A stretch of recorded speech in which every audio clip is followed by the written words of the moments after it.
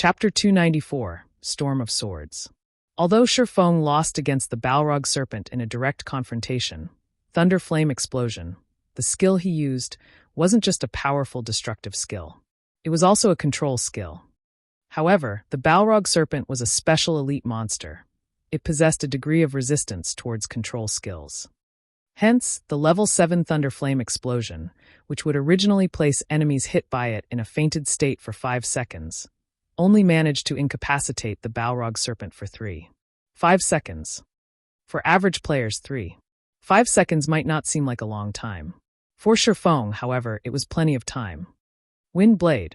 Feng instantly arrived before the Balrog Serpent. Simultaneously, his attack speed received a 30% increase.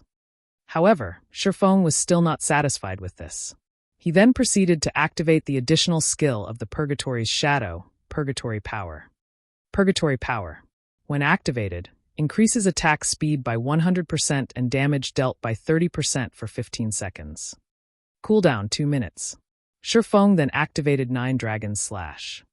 12 phantoms of the Abyssal Blade suddenly appeared, floating around Feng. Each phantom was capable of dealing 40% damage for 30 seconds. However, it had a long cooldown of 5 minutes. Feng brandished his 2 swords using his full strength. In addition to the 12 Abyssal Blade phantoms he was controlling, a total of 14 swords surrounded and madly attacked the Balrog Serpent. Within moments, the cave was filled with sword images dancing around. 14, 28, 56, 112. Countless sword images flashed in the air, forming a storm of swords that devoured the Balrog Serpent whole. Feng's swords slashed at the Balrog Serpent's body one after another, each strike causing close to -500 damage. Moreover, close to half of this barrage of attacks achieved a critical hit, each dealing close to -1000 damage to the monster. Meanwhile, each of the phantoms of the Abyssal Blade had also managed to deal over -200 damage to the Balrog Serpent. The total damage of the 12 phantoms was even more frightening than that of Feng himself. As if the floodgates to the Balrog Serpent's 150,000 HP had been opened, the Balrog Serpent lost HP incessantly. Within a short 5 seconds, the Balrog Serpent's HP had already fallen to 61%. When the Balrog Serpent regained consciousness, it immediately released an enraged roar. At this moment, however, Feng pointed the Abyssal Blade at the Balrog Serpent. Now is still not the time for you to wake up. Feng cast Abyssal Bind on the Balrog Serpent right away. If he were to allow the Balrog Serpent to start retaliating, his previous efforts would all go to waste. In the blink of an eye, 9 pitch-black chains emerged from the ground, quickly wrapping around and binding the Balrog Serpent. Meanwhile, the Balrog Serpent could do nothing but roar in anger as it helplessly watched sword after sword piercing its own body, continuously reaping its HP. The Abyssal Bind had a duration of 4 seconds. Moreover, the Balrog Serpent's resistance towards control skills was completely ineffective against it. The Abyssal Bind's effective duration was not reduced in the slightest. In addition, the Abyssal Bind reduced the Balrog Serpent's defense by 100%, rendering the Balrog Serpent's innately powerful defense utterly useless. Now, each of Feng's sword strikes dealt over -800 damage, with the occasional triple critical hit dealing over -2500 damage. A series of splendid numbers appeared above the Balrog Serpent's head. Before the eye-catching number of -2500 disappeared, a damage of over -1700 points appeared on top of it. Practically 1 out of every 2 strikes would achieve a critical hit. Meanwhile, each of the 12 Abyssal Blade Phantoms were now dealing over -350 damage to the Balrog Serpent. For the Balrog Serpent, these 4 seconds were a complete hell. By the time the Balrog Serpent escaped from the chains binding it, it had only 19% HP remaining. However, Feng had long since been prepared for this moment. Disappear! Feng raised the silvery-gray Abyssal Blade. The dense fire-type mana in the surroundings started gathering around the Abyssal Blade, causing the sword to release a blinding glow. This was indeed Feng's ultimate skill, Flame Burst. Flame Burst. Level 5, requires 4 million EXP to upgrade to level 6. Channeling time, 2 seconds. Gathers the power of flames to a single point and causes 420% damage to the target. Attack count, 6 times. Cooldown, 3 minutes 30 seconds. Before the Balrog Serpent could even start attacking, Feng had already brandished the scorching hot abyssal blade 6 times. All 6 sword slashes immediately sank into the Balrog Serpent's body. Minus 3,310, minus 3,347, minus 6,784, minus 6,706, minus 3,371, minus 6,754. 6 frightening damages appeared consecutively above the Balrog Serpent's head, instantly taking away the monster's remaining 28,000 HP. Soon after, the Balrog Serpent's body started fading away, and only after it disappeared completely did Feng release a sigh of relief. System: Balrog Serpent defeated. 6th trial completed. Rewarding 9 million EXP, 20 free mastery points, and 10 gold coins. Proficiency of all skills increased by 500 points. System: 6th trial cleared. Do you wish to start the next trial? Feng's experience bar immediately rose to 41% of level 21. If put on the ranking list on White River City, Feng would only be beneath Violet Cloud and the others. However, he was still 2 levels behind Blackie, the current top-ranking player of White River City. Finally, I've passed the requirement. Should I try to take on the 7th trial, though? Feng looked at the system interface, showing the trial's prompt. Privately, Feng had the notion to take the challenge. Now that he had cleared the 6th trial, it signified that his task was already over. He had no need to brave the dangers and accept the next trial at all. Moreover, if he happened to lose his life in the next trial, he would definitely suffer a heavy penalty. It absolutely wouldn't be limited to just losing a single level. Truth be told, however, Feng felt confident about his chances at clearing the 7th trial. After all, he had not even unveiled the Black Emperor inheritance when he fought the Balrog Serpent. He definitely had the necessary strength to challenge the 7th trial. After clearing the 6th trial, Feng obtained an additional 1,600 merit points. If he were to clear the 7th trial, he could obtain another 3,200 merit points, bringing his total to 4,800 merit points. It would be enough points for him to exchange for an epic-ranked item. Just the prospect of obtaining an epic-ranked item made Feng feel that he should give it a try. Besides, Feng no longer had any burdens to carry, so why not give it a try? However, Feng was unsure of what kind of price he would have to pay if he were to suffer death. If it was only losing a single level, then Feng would gladly proceed to the 7th trial. However, Feng knew such an outcome was not likely. Just the penalty for not completing the Trial of Gods was already considered unbearable for players.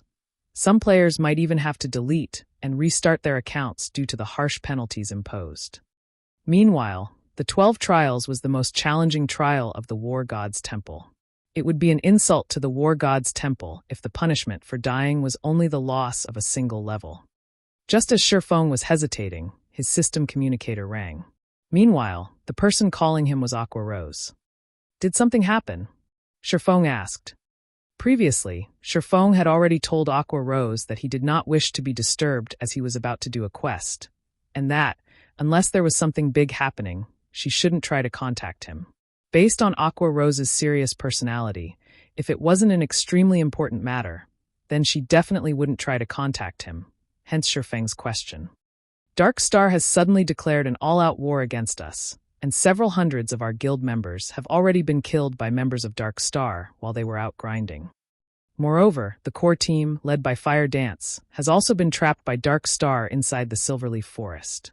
Although we've already sent reinforcements, they were blocked by members of Dark Star outside the forest.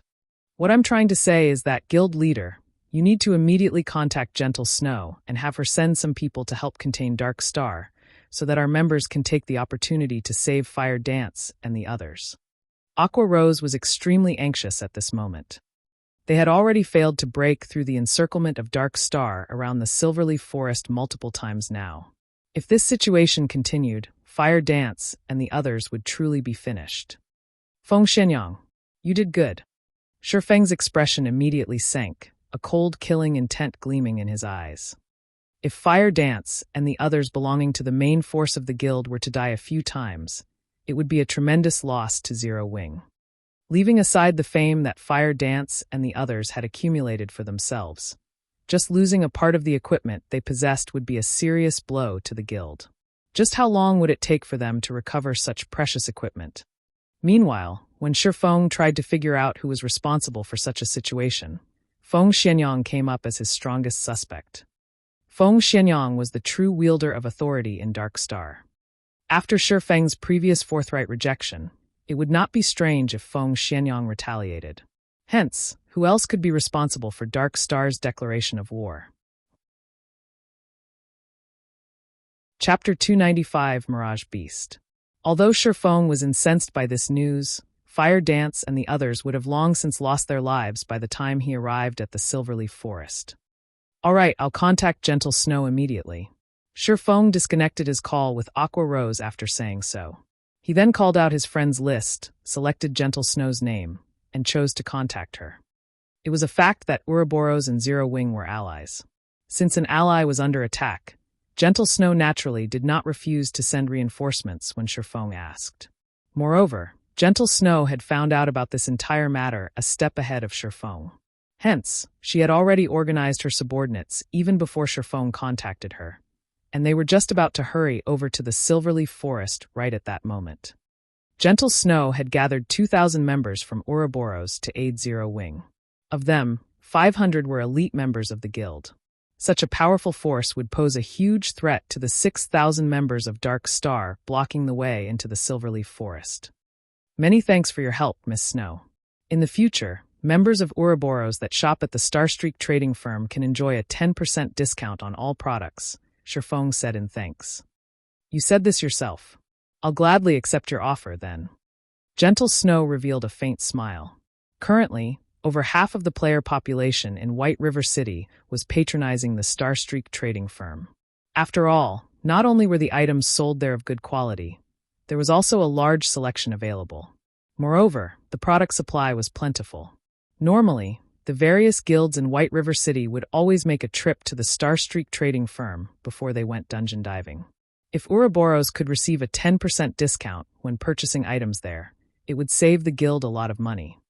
Really though, just what is going through the minds of those people in Dark Star? It would be fine if it were just the usual minor skirmish. However, they have actually declared an all-out war on Zero Wing.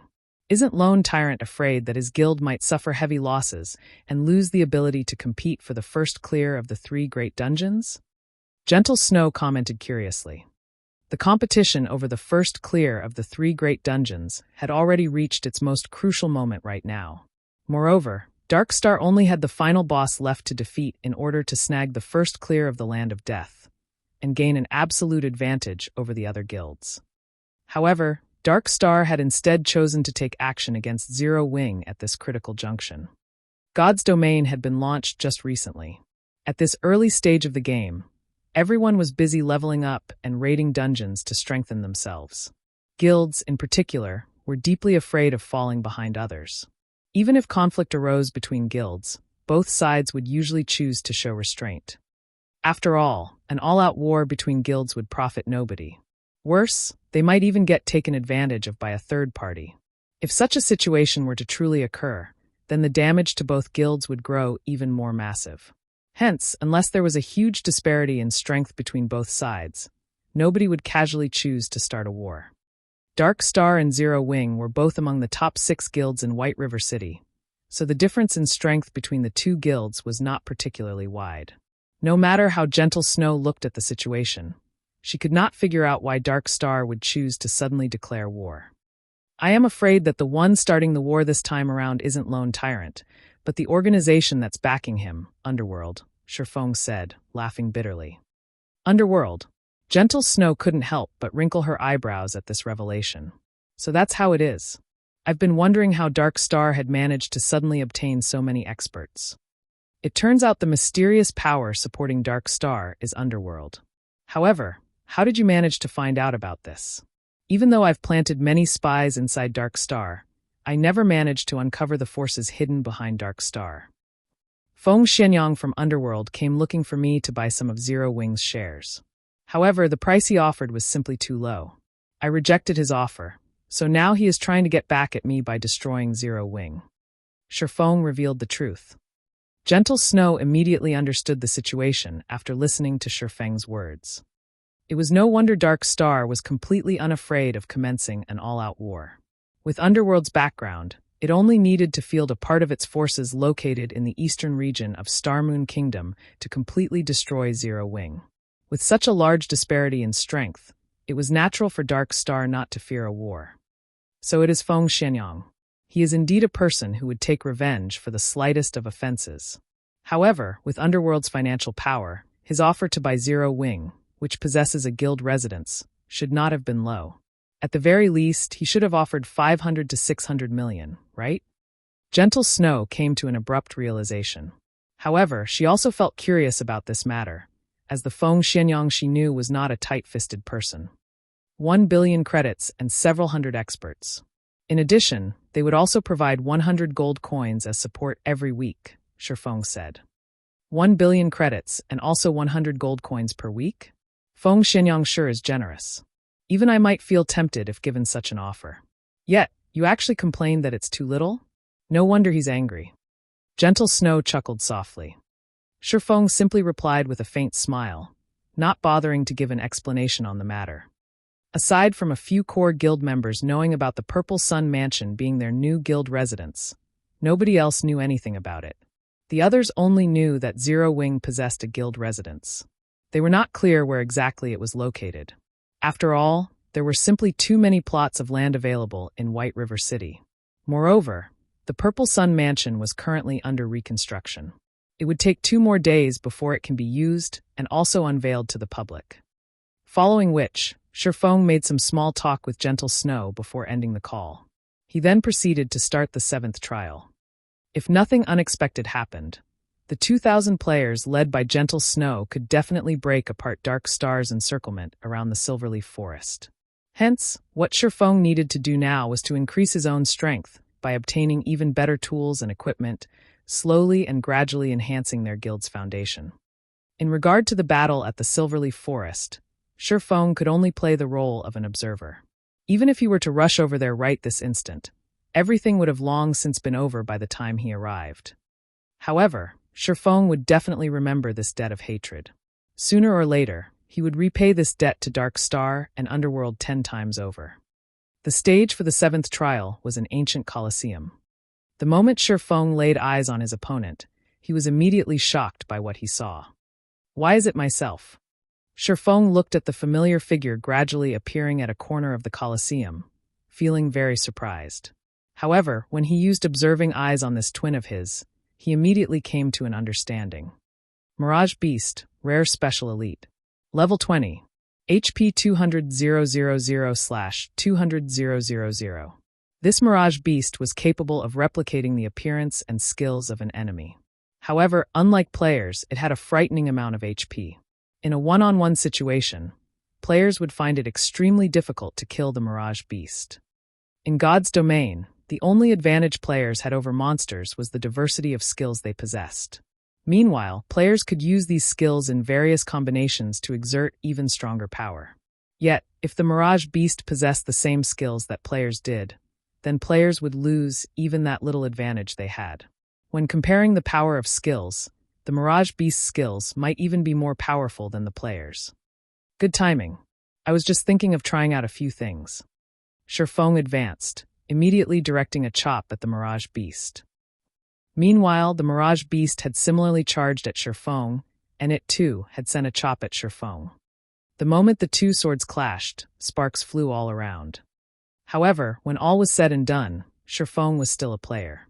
In terms of strength, he was still far inferior to the Mirage Beast. Hence, Feng was easily repelled, forced by the Mirage Beast to retreat step by step. Meanwhile, the Mirage Beast was also superior in terms of attack speed. Although the ensuing damage from a collision of weapons was small, after clashing for tens or even hundreds of times, Feng would eventually lose his life. After all, the Mirage Beast possessed 200,000 HP, while Feng's HP was just slightly over 2,600 after reaching level 21. Moreover, Feng was receiving more damage than the Mirage Beast from their exchanges. Not to mention, both sides were also executing various skills. When Feng used Thundering Flash, the Mirage Beast would activate Windwalk to dodge the attack. It would then counter with a thundering flash of its own. Knowing that he could not receive the attack directly, Feng, too, activated Windwalk to dodge. However, the Mirage Beast activated Wind Blade to immediately appear before Feng. It then followed up with a chop, sending an extremely quick vertical slash down towards its prey. Feng hastily used parry to block the Mirage Beast's chop. He countered with a Thunder Flame explosion right away. In the end, however, the Mirage Beast used parry to fend off the powerful attack. Feng then followed up with a Flame Burst, which was promptly countered with a defensive blade by the Mirage Beast. The exchange between both sides was extremely intense. After a dozen seconds or so, Feng's HP had fallen to 60%. On the other hand, the Mirage Beast had lost only a negligible amount of HP. Just the Mirage Beast's battle recovery negated most of the damage Feng had caused. As expected of the 7th trial, even the monster's normal attacks and skills are used with such viciousness. However, instead of feeling afraid, a sense of excitement was bubbling within Feng at the moment. However, do you know this move? Feng looked at the Mirage Beast, a faint smile appearing on his face. He then proceeded to activate the Black Emperor Inheritance. Dark fog immediately started emerging from the Abyssal Blade and then entered Feng's body. Chapter 296, Perfect Combination. Although the Mirage Beast was capable of duplicating a player's every skill, Feng had already obtained a clear understanding of the Mirage Beast during this short period of time. Feng had previously activated the Ice Blue Devil Flame after starting the battle. Yet, the Mirage Beast had not done so. The Ice Blue Devil Flame was not a skill Feng had learned. Instead, it was an additional effect provided by the item known as the Ice Blue Devil Flame. Hence, Feng could say with certainty that the Mirage Beast was incapable of duplicating the additional skills of a player's equipment. The moment the dark fog, which emanated from the Abyssal Blade, started permeating Feng's body, a faint silvery gray aura of death emerged on the surface of his body. Immediately, he charged at the Mirage Beast, while simultaneously activating 9 Dragon's Slash. The 12 Abyssal Blade Phantoms promptly started attacking the Mirage Beast the moment they came into existence. When the Mirage Beast saw the 12 Phantoms striking at it, it cleverly chose not to block them. Instead, it bombarded Feng with a Thunder Flame explosion. As long as Feng died, the 12 Abyssal Blade Phantoms would naturally disappear along with him. Seeing the Mirage Beast's actions, Feng simply revealed a calm smile. Rather than dodge the attack, however, Feng chose to activate Defensive Blade and proceeded to assault the Mirage Beast's vital point. Defensive Blade provided Feng with complete immunity to 4 melee attacks. He could simply allow the Mirage Beast's attack to connect without needing to defend using his sword at all. Meanwhile, Feng's twin swords had also landed on the Mirage Beast's body. Previously, in order to block Feng's Thunder Flame explosion, the Mirage Beast had used up its own defensive blade. Hence, it had no choice but to endure Feng's attacks right now. Feng took this chance to make 7 consecutive slashes on the Mirage Beast's body. His normal attacks caused over -500 damage, while critical hits dealt over -1000 damage. Meanwhile, each of the Abyssal Blade Phantoms could also inflict over -200 damage. Out of the 7 sword strikes Feng landed on the Mirage Beast, achieved a critical hit. Coupling those sword strikes with the attacks of the Abyssal Blade Phantoms, Feng dealt over -7,000 damage within this brief moment. It was a very impressive amount of damage. However, the Mirage Beast, which had taken on Feng's appearance, simply gave Feng a smile of disdain. The Mirage Beast looked as if it was saying, "This is your limit." The Mirage Beast had 200,000 HP, so -7,000 damage was only a scratch to it. It would be perfectly fine again once it rubbed some spit on its wounds. On the other hand, now that Feng no longer possessed any life-saving skills, only death awaited him. A high HP is really a great asset. Feng sighed when he looked at the Mirage Beast's HP bar. In the next moment, though, Feng revealed a smile, saying, "However, you are still 10 years too early if you think you can overpower me just with this asset of yours alone."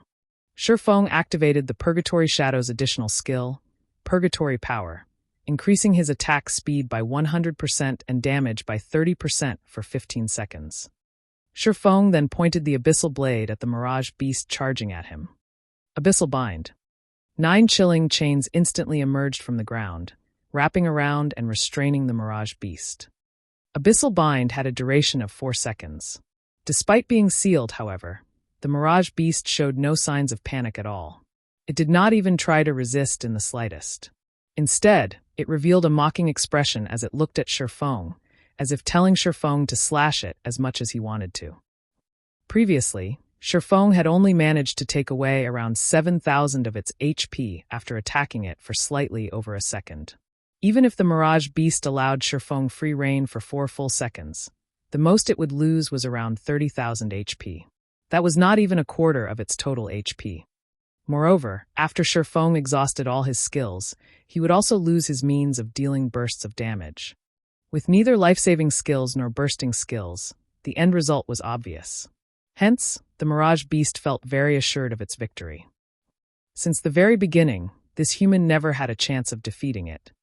However, the Mirage beast quickly discovered that reality was much crueler than fantasy. The abyssal bind indeed had a duration of only 4 seconds. However, the skill also possessed the effect of reducing its target's defense by 100%, and this allowed Feng's damage to abruptly soar. Now, each of Feng's normal attacks could deal over -700 damage. Miraculously, one of his attacks even triggered the Doom Curse, one of the Abyssal Blade's effects.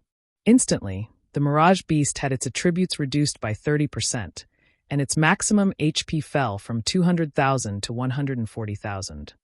Engulfed by the storm of swords, the Mirage beast's HP fell crazily. Feng also achieved critical hits with his attacks one after another, stacking layer upon layer of death aura around his body.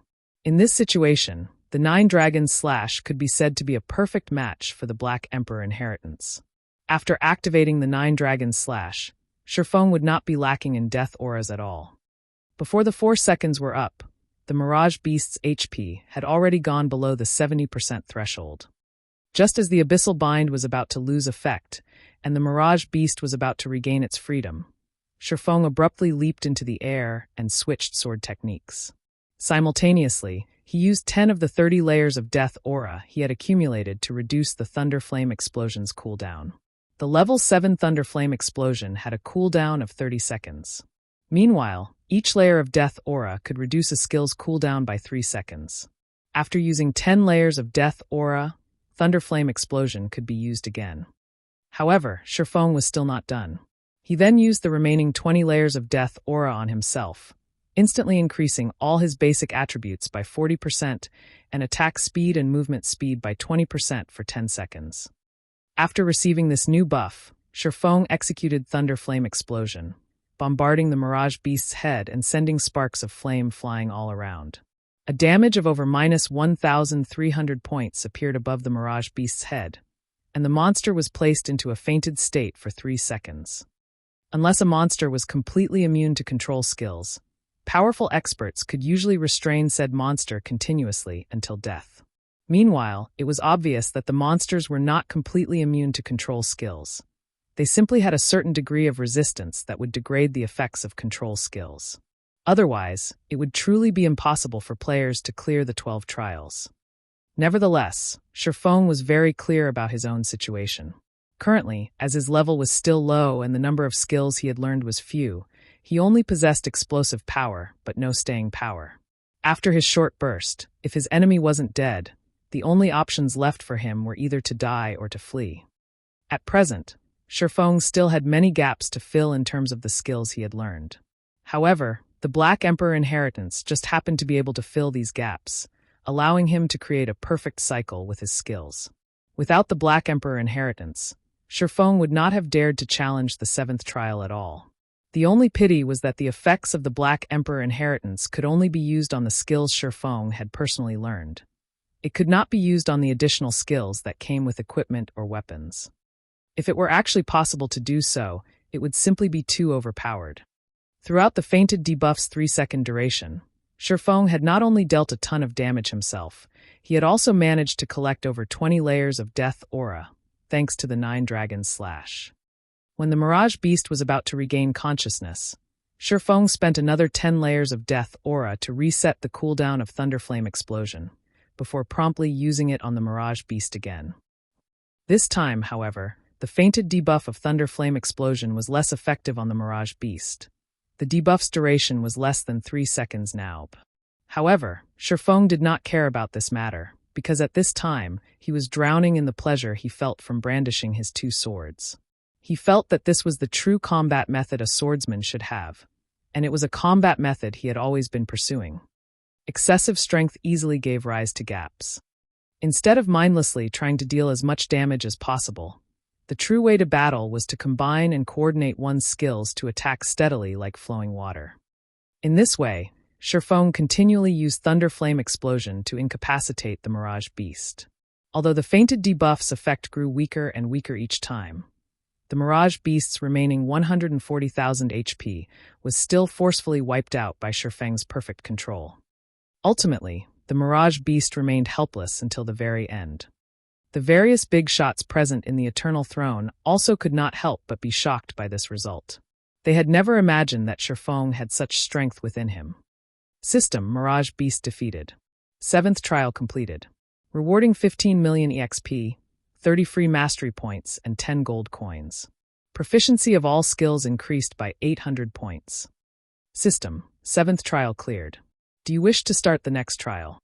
The moment Feng received 15 million EXP, he instantly leveled up twice to level 23. Currently, only Blackie had reached level 23 throughout the entire White River City.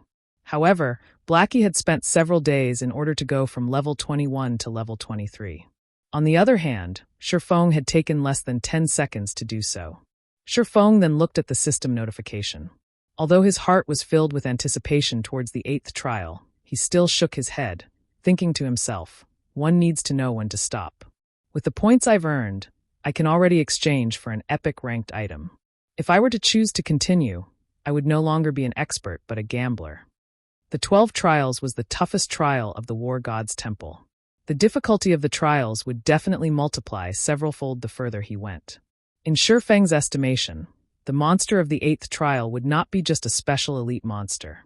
Instead, it was highly possible for it to be a chieftain-ranked monster. A chieftain was much more powerful than a mere special elite. Aside from having even more HP, it would also possess a much greater resistance to control skills. Chieftain-ranked monsters also possess team-wipe skills, and a single mistake would mean the end for Feng. Moreover, Feng did not possess the slightest idea what kind of monster he would be facing in the 8th trial. If it was a chieftain-ranked monster that he was completely unfamiliar with, then he practically had no chance of successfully killing it. The ability to make calm analyses was also a prerequisite to becoming an expert in God's domain. As a first-rate expert, Feng naturally knew when to decisively give up. Following which, Feng selected Nobe in reply to the system's prompt. He was then teleported out of the 12 trials.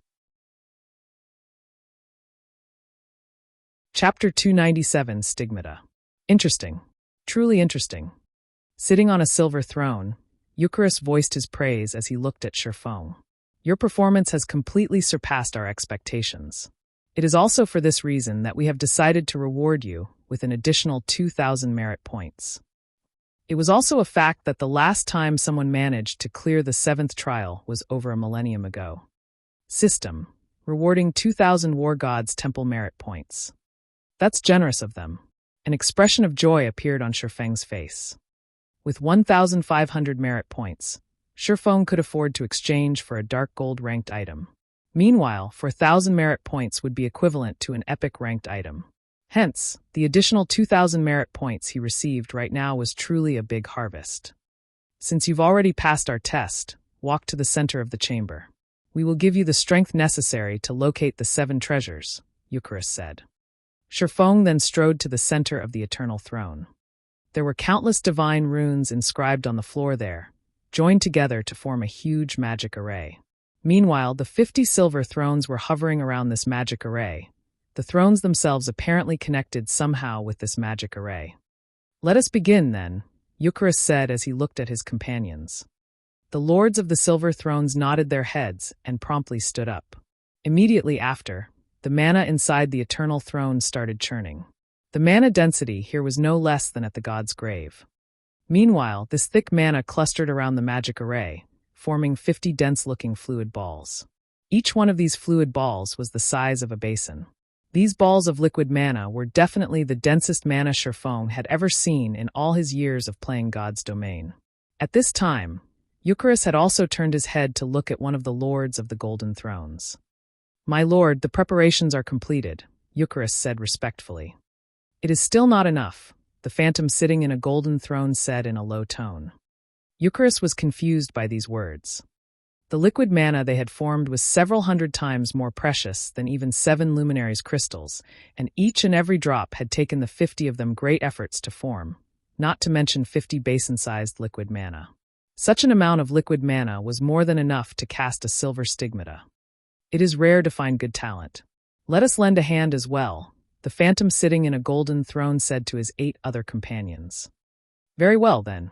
A person capable of passing the 7th trial is indeed worthy of the 9 of us taking action." The other 8 lords of the Golden Thrones nodded their heads in reply to their companion's suggestion.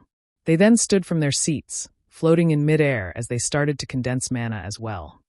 In the blink of an eye, 9 house-sized balls of liquid mana appeared in the air above the thrones in the Eternal Throne. Eucharis and the others were shocked by this sight. Never would they have imagined that these 9 lords would actually take action and work together to cast a stigmata for a minor existence like Feng. This was the first time since the appearance of that absolute genius thousands of years ago. As for Feng, at this moment, he could no longer keep his mouth closed. In regard to liquid mana, Feng had seen this item before in the past. Mages considered it a priceless treasure.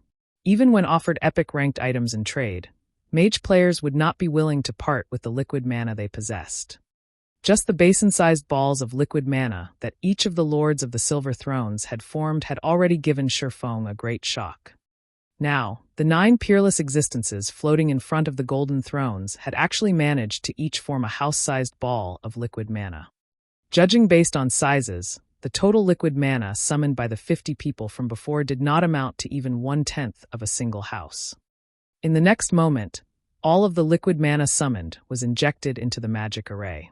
The divine runes engraved into the chamber started lighting up one after another, and within moments, every single divine rune inside the grand chamber was giving off a golden globe. In the center of the Eternal Throne, a golden divine pattern took form. This divine pattern then melded with Feng's body. Feng immediately felt his body being filled up with an infinite amount of power, his mind clear as day, as if he knew everything there was to know in the world. However, this feeling only lasted for a few short seconds before it completely dissipated. Meanwhile, Feng's pupils, which were originally pitch black in color, had also turned golden for a brief moment. Although his pupils regained their original color, careful observation would reveal innumerable bright stars flashing within them, looking just like the starry skies at night.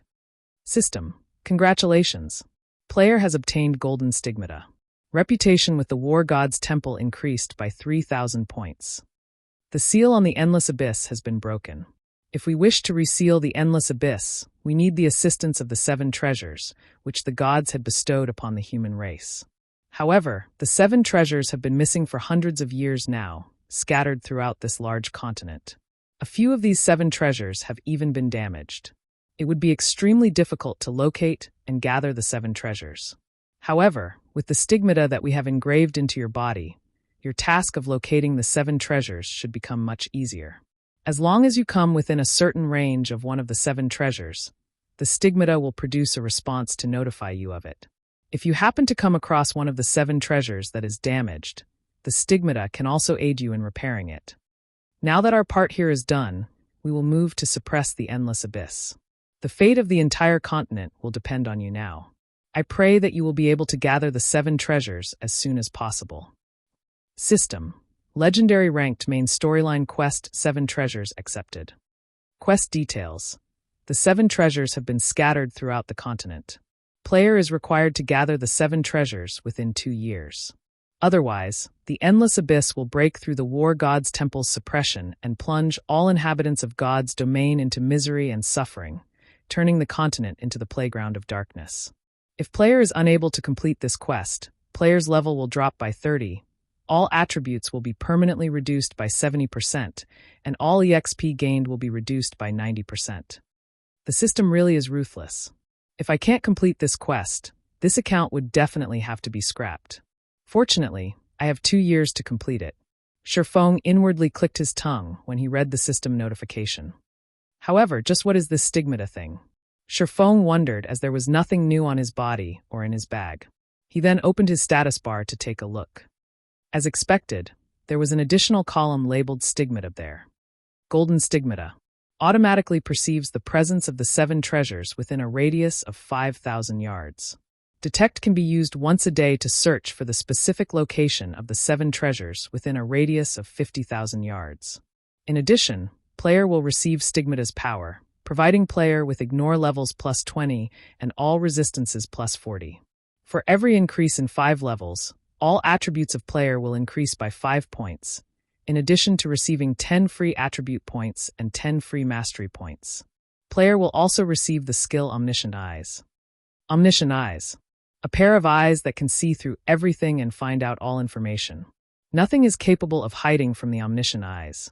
The Omniscient Eyes have a perception range of 100 yards. Duration, 1 minute. Cooldown, 10 minutes.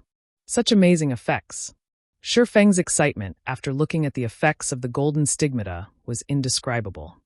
For starters, the additional 40 points in all resistances meant that he could ignore most of the environmental factors of many terrains. He would also receive reduced damage from spells. When battling against magic-type monsters, he could easily take on the role of an MT. However, the most amazing part about the Golden Stigmata would still have to be the increase in attributes. The Golden Stigmata was unlike the Abyssal Blade, whereby Feng would receive 2 additional free attribute points every time he leveled up. However, the Golden Stigmata would provide Feng with an average of 7 basic attribute points per level, 2 points of which were even free attribute points. This was definitely a huge increase. Moreover, the Golden Stigmata also provided Feng with a powerful identification skill. This skill would be of significant help when used against dungeon bosses, or during field battles. It seems the Heavenly Dragon's breath is already waving its hands at me. Feng revealed a faint smile. Originally, the Heavenly Dragon's breath's requirement of 120 points in intelligence had given Feng a major headache. Now, however, with the bonuses provided by the Golden Stigmata and his magic weapon, as long as he received his promotion to a Tier 1 swordsman, he could definitely equip the Heavenly Dragon's breath before he reached level 30. He would actually get to equip a fragmented legendary item before reaching level 30. If it were in the past, Feng would not even have dared to dream about it. Following which, Feng called out the exchange interface of the War God's Temple and began to carefully look through the treasures there. Chapter 298, Deep Pockets. Previously, Feng had focused his attention purely on clearing the trials. Even when he upgraded the Abyssal Blade to level 20, he had only picked out a random level 20 dark gold weapon. The War God's Temple was one of the strongest powers in God's domain. This was a fact that remained true from ancient times up to the present. Feng had been able to fully experience this truth simply by seeing the various big shots in the Eternal Throne take action. Hence, one could just imagine how wealthy the War God's Temple's treasury would be. As for this War God's Temple exchange system, players would automatically activate it after obtaining the first clear on a 100-man team dungeon. However, one would already require large amounts of War God's Temple reputation, even to exchange for a fine gold item. In God's domain, reputation with the War God's Temple was infamous for being extremely hard to obtain, not to mention meeting the required reputation for exchanging an epic item. If not for his quest, Feng would not have the chance to exchange for an epic-ranked item. He would not even have the chance to lay eyes on them. He would not get the chance to see the never-before-seen divine artifacts, either. I wonder what sort of divine artifacts are in the treasury of the War God's Temple? Feng's heart was filled with anticipation as he filtered the exchange window to display only divine artifacts. A total of 2 divine artifacts was shown. Luminous Starlight, divine rank, 2-handed staff. Equipment requirement, strength 3,000, intelligence 8,000. Required merit points, 200,000. Skyfrost Blizzard, divine rank, 2-handed spear. Equipment requirement, Strength 10,000, Intelligence 4,000. Required merit points 250,000. Although he could not see the exact attributes of these two items, just the merit points demanded and the equipment requirements of these two divine artifacts left Feng utterly speechless. Can a person really equip these divine artifacts? Feng had his doubts. It was simply unthinkable for a person to possess 10,000 strength. Even during his prime, Feng had not even been close to meeting such a requirement. After having his fill of looking at the divine artifacts, Feng filtered the window to display only epic-ranked items. Immediately, an endless list of items appeared before him. A simple glance told Feng that there were more than 10,000 items listed, and he could not help but wish he could take them all to enrich his own guild warehouse. If Zero Wing's guild warehouse had so many epic-ranked items stored within it, then dominating the entire Starmoon Kingdom would not be a problem, let alone conquering White River City. However, this was only a passing thought. Feng currently had 6,800 merit points, and he could exchange for only a single epic-ranked item at most. However, it was also not a simple task to choose a suitable item for himself out of these tens of thousands of items. For starters, let's forget about weapons. Armor should be a good place to start from, Feng thought. Presently, he already possessed a magic weapon, the Abyssal Blade. The dark gold-ranked Purgatory's shadow he now wielded was also sufficient for his current self. If he wished to further increase his strength, then he needed to replace some of the mysterious iron and secret silver-ranked equipment he was still using. Yet, when Feng looked at the long list of equipment, his mind was racked with indecision. However, Feng still managed to pick out a few good breastplates that caught his fancy. Not only did these breastplates offer large amounts of strength and agility, some even provided additional intelligence, an attribute that Feng was currently in need of. Meanwhile, the usage levels for these breastplates ranged between level 20 to level 80, and they all were epic equipment that could level up to level 100. One of these breastplates was called the Purple Fire Battle Armor, and it required 5,000 merit points. It was a breastplate that mainly focused on the strength attribute, in addition to providing a certain amount of intelligence. The other one was called Merciless and required 5,300 merit points. It was similarly a breastplate that mainly focused on the strength attribute, and likewise it provided a certain amount of intelligence. The final breastplate that caught Feng's fancy was a breastplate called the Carnage Chest Protector. It required 6,000 merit points to exchange for, and it provided a balanced amount of strength, agility, and intelligence. The design of the breastplate was also very good, and it was also Feng's favorite out of the three breastplates. However, if he were to exchange for the Carnage Chest Protector, he would not be able to do much with his remaining merit points. Let's take a look at some other items for now. After some contemplation, Feng filtered the exchange window to display ornaments that had a minimum equipment requirement of level 20. The merit points of the War God's Temple were extremely precious, so he needed to be extra careful when spending them. After browsing through the list for some time, Feng suddenly discovered an item he was extremely familiar with. Space Ring. However, instead of being of mysterious iron rank, this space ring was of epic rank. It was capable of storing up to 2,000 slots of items and cost 4,500 merit points.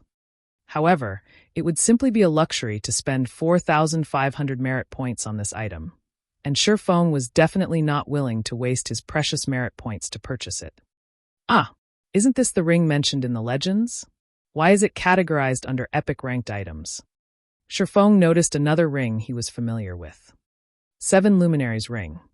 Feng had done his fair share of research on the history of God's domain during his past life. The 7 Luminaries Ring was a ring crafted by one of the ancient gods, the Twilight Goddess. 7 formidable powers were sealed inside this ring, and each one of these 7 powers could match the power of a god. Meanwhile, the 7 Luminaries Ring allowed the simultaneous use of these 7 powers. Even a mere mortal would have the power to destroy heaven and earth when equipped with this ring. Rumor had it that the legendary god Slayer possessed this 7 Luminaries Ring, and it was precisely because of this ring that he had the power to kill gods. Is it a replica? Feng did not believe that the War God's Temple possessed the real 7 Luminaries Ring. The reason being, an epic-ranked item would not be powerful enough to decimate heaven and earth. Even a divine artifact did not have that strength. According to Feng's understanding, the Seven Luminaries ring was a true godly relic. However, even a replica was an extremely rare find. To put it bluntly, replicas were weaker copies of the real deal. Although the replica Seven Luminaries ring would not possess the power to decimate heaven and earth, at the very least, it could still be used to beat some tigers and kill some wolves. It should still have the original features, albeit greatly watered-down versions of them. Feng then looked at the merit points required, discovering that the ring actually cost 8,000 merit points. It was worth almost half of a fragmented legendary item. Are you kidding me? Is this the brand effect? Feng couldn't help but inwardly curse the war god's temple. It was simply a replica. The other epic ranked rings only cost 6,000 points, at most, so on what basis would a replica be worth 8,000 points? 8,000 merit points. It seems I won't be able to exchange for it, Feng sighed. Although he coveted the Seven Luminaries ring greatly, he had only 6,800 merit points. Following which, after taking his time looking through the myriad items, he still did not find anything that he fancied. Ultimately, he ended up choosing the Carnage Chest Protector. As for the Seven Luminaries ring, he could only slowly accumulate merit points and exchange for it in the future. System: 6,000 merit points are required to exchange for the Carnage Chest Protector. Current merit points in possession: 6,800. Do you wish to exchange? Feng immediately clicked yes. System: player's reputation with the War God's Temple has reached 3,000 points. Player is allowed to pay 20% of the required merit points using gold coins. Do you wish to pay using gold coins? It can't be, right? I can also pay using gold coins? Feng grew ecstatic. He had hope of obtaining the Seven Luminaries ring now. Currently, he needed to pay 1,800 gold coins for 1,200 merit points. This meant that each merit point was equivalent to 1 gold 50 silvers. Such a price was much more expensive than just simply buying epic-ranked items on the market, where one epic-ranked item was worth only around 1,000 gold. If 6,000 merit points were converted to gold coins, that would be a total of 9,000 gold.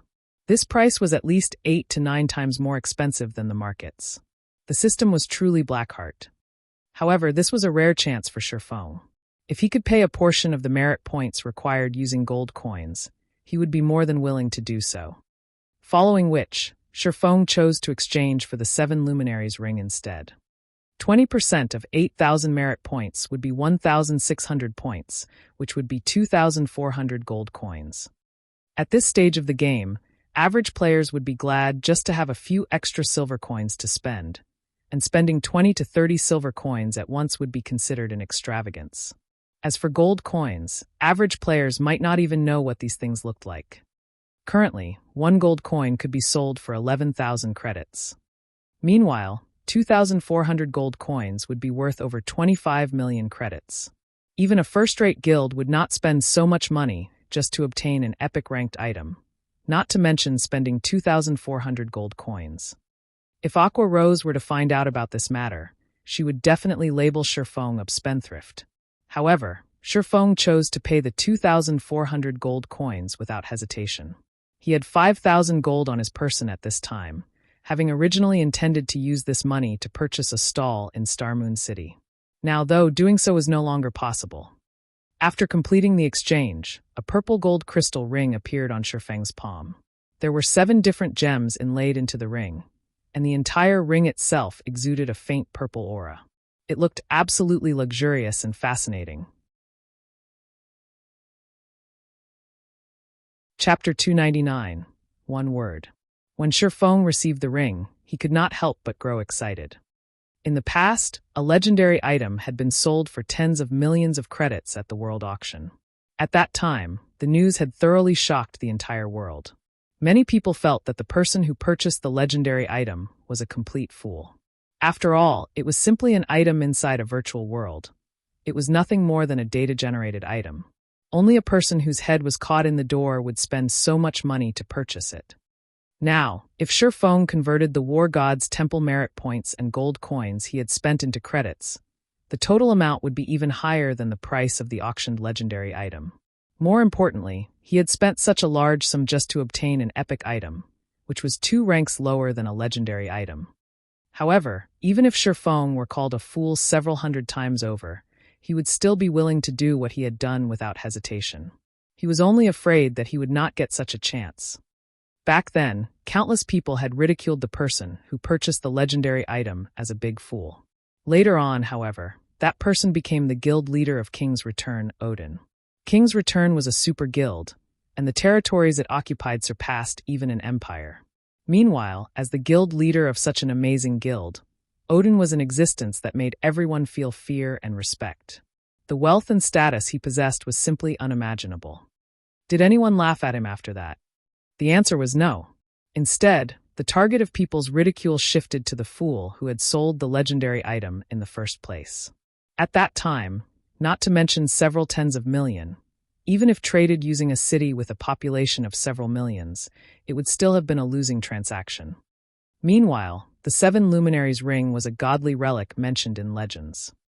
Although the one Feng had was only a replica, replicas could still be divided into different categories. If one took a replica of a fine gold item and a replica of an epic item and placed them side by side, without even making an in-depth comparison, one could already tell which one was the better item. After all, there was already a huge gap between the calibers of the 2 items. Moreover, the higher the quality of the target of replication, the greater the difficulty in replicating it. One could not produce a replica simply by wishing for it. The difficulty of producing an epic item that was the replica of a godly relic was much higher than simply producing a normal epic item. The difficulty of doing so might even rival the difficulty of producing a legendary item.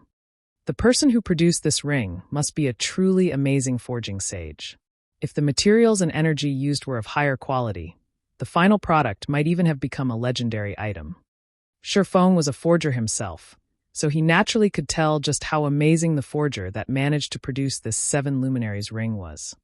The replica of a godly relic would definitely not have been easy to produce. Even a Grandmaster forger would not be able to produce one. It would only be possible for a forging sage. 7 Luminaries ring replica, ring epic rank. Level 20, level 80, current level, 23. Equipment requirement, strength 200. Attributes will be adjusted according to user's level. Strength plus 45, agility plus 35, intelligence plus 35, endurance plus 30, vitality plus 30. Damage plus 10%. Maximum HP plus 15%. Ignore levels plus 10. All skills plus 2 levels. All items level requirement reduced by 5 levels. Additional skill dash. 7 Luminaries aura. There are 7 different auras: earth, water, wind, fire, time, illusion, and space. Only one aura can be used each time, and there will be a cooldown of 1 minute when changing between auras. Aura of Earth. Level 1, requires 1 million EXP to upgrade to level 2. Defense increased by 30%. Damage taken reduced by 20%. Activatable skill dash. Absolute defense. Provides immunity to 7 attacks. Cooldown, 1 minute 30 seconds. Aura of Water. Level 1, requires 1 million EXP to upgrade to level 2. Received healing increased by 30%. Cast consumption reduced by 20%. Activatable skill dash. Life Bloom. Heals selected target for 10% HP every second for 30 seconds. Cooldown, 1 minute 30 seconds. Aura of Wind. Level 1, requires 1 million EXP to upgrade to level 2. Movement speed increased by 20%. Attack speed increased by 20%. Agility increased by 15%. Activatable skill dash. Wind Rider. Enables temporary flight and movement speed increase of 100% for 15 seconds. Cooldown 2 minutes. Aura of Fire. Level 1, requires 1 million EXP to upgrade to level 2. Damage increased by 30%. Target's defense reduced by 20%. Activatable skill dash. Firestorm. Inflicts 500% damage within a range of 10 by 10 yards for 5 seconds. Cooldown 5 minutes. Aura of Time. Level 1, requires 2 million EXP to upgrade to level 2. Cooldown of all skills reduced by 20%. Enemies within a 100-yard radius will have their movement speed and attack speed reduced by 20% and cooldown of skills increased by 20%. Activatable skill dash. Absolute time. Prevents enemies within a range of 50 by 50 yards from using any skills or tools for 20 seconds. Cooldown 3 minutes. Aura of Illusion. Level 1. Requires 2 million EXP to upgrade to level 2. All attributes increased by 20%. Enemies within a 100-yard radius will have all their attributes reduced by 20%. Activatable skill dash. Fantasy World. Immunity to all magic damage and 10% of magic damage received will be converted to healing to recover players' HP for 10 seconds. Cooldown 3 minutes. Aura of Space. Level 1. Requires 2 million EXP to upgrade to level 2. Immunity to all control and restricting effects. Activatable skill dash. Space Movement. Instantly move to any location within a radius of 300,000 yards. Cooldown 10 minutes. As expected of a Godly Relics replica. Even if it is only at epic rank, apart from the basic attributes it provides being inferior to a legendary item, its other aspects are much stronger. Feng's surprise reached its limits after he read the attributes of the 7 Luminaries ring. This was the first time Feng was seeing the exact abilities of the 7 Luminaries ring. At this moment, Feng finally understood why the legends had said that even an ordinary mortal would have the ability to decimate heaven and earth when in possession of the genuine 7 Luminaries ring. One could even kill gods with this ring. Meanwhile, the 7 Luminaries ring in Feng's hand was only a replica. It was also only at epic rank, and it was tens of thousands of miles away from being comparable to the genuine article. However, even if it was only an epic-ranked replica, in Feng's eyes, it was already a miniature godly relic. It could easily outshine any other epic item. It would be great if I could upgrade this epic-ranked 7 Luminaries ring to legendary rank. Feng could not help but start fantasizing. If he could raise the 7 Luminaries ring's rank to legendary, then its value would become immeasurable. At that time, only divine artifacts would be able to suppress it. After Feng equipped the 7 Luminaries ring, his attributes greatly increased. His intelligence reached 91 points, only a small distance short of 120 points. I can use the Aura of Earth when acting as an MT, Aura of Water when acting as a healer, Aura of Wind when hunting or escaping, Aura of Fire when battling, Aura of Time and Aura of Illusion when fighting in a team battle, and Aura of Space when I'm in a hurry. This ring covers almost every possible situation. It truly is the most powerful epic item. Feng had mostly grasped the uses of the 7 auras in the 7 Luminaries ring. It really made one wonder just how powerful the genuine godly relic was. Just as Feng was fantasizing about the genuine godly relic, he suddenly thought of another matter. If he used the Aura of Space, he could still make it if he hurried to the Silverleaf Forest right now. After all, a distance of 300,000 yards could generally cover 2 regions. Feng could first teleport to Stream Fort from White River City. Afterwards, he only needed to pass through 4 regions in order to arrive at the Silverleaf Forest. Under normal circumstances, even if Feng ran with all his might, he would still need around 5 hours to travel across these 4 regions. However, now that Feng could instantly travel across 2 regions, he might even arrive at the Silverleaf Forest before Gentle Snow's reinforcements did. Thinking so, Feng immediately departed from the War God's Temple and headed towards the teleportation hall of Starmoon City. Chapter 300 Midway Interception. The Silverleaf Forest, also called the Silver Forest by players, was a place filled with monsters ranging from level 18 to level 25. It was a rich land. As to why it was called rich, it was because the monsters here were a great source for high-quality leather. These leathers were important materials used in the production of bags and leather armor. Moreover, the monsters here also dropped high-quality meat. Most importantly, however, there were a total of 14 field bosses present in this Silverleaf Forest. Field bosses were one of the main sources of income for guilds. Also, unlike team dungeons, which would reset only once every 3 days, field bosses respawned daily. The improvement these field bosses could bring to a guild's equipment was quite significant. It was also the reason why Fire Dance had led Zero Wing's core team here to kill field bosses. Now, however, the Silverleaf Forest swarmed with members of Dark Star. These players were grouped into smaller teams of a dozen or so players and larger teams with as many as 100 or so players. Meanwhile, each and every one of these players was currently out searching for members of Zero Wing. Master Tyrant, we need to speed up our operations. If we wait until Gentle Snow's people arrive, it will be difficult if we wish to wipe out Zero Wing's main force, South Wolf said as he looked at Lone Tyrant. For her to actually willingly send out reinforcements, it seems that woman really does have a deep relationship with Zero Wing. Lone Tyrant was slightly surprised. His lips then curled into a sneer as he said, "Even so, she is too late. We've already searched through the majority of this silverleaf forest. We've also tightly blockaded the 3 exits for this place. In addition, we've also placed a guild war order to seal off the entire silverleaf forest, so the bastards won't be able to simply return to the city using a return scroll. It won't be long before we will find them and get rid of them. However, even if they did use a return scroll and return to the city, their red names would get them killed by the guards the moment they arrived. They would also get locked up and lose their freedom for a long period of time. Such a penalty would be much worse than simply getting killed by us." South Wolf nodded in agreement. In order to deal with Zero Wing's main force this time, Dark Star had spared no effort, sending out all the elite members it had. Even Underworld had sent a team of Underworld guards into the fray. There were over 10,000 players participating in the hunt this time around, and of those, 6,000 were used to hinder Zero Wing's reinforcements. With its current power, Zero Wing definitely could not contend against these 6,000 players. However, South Wolf himself could not help but admit that Zero Wing indeed possessed some real ability.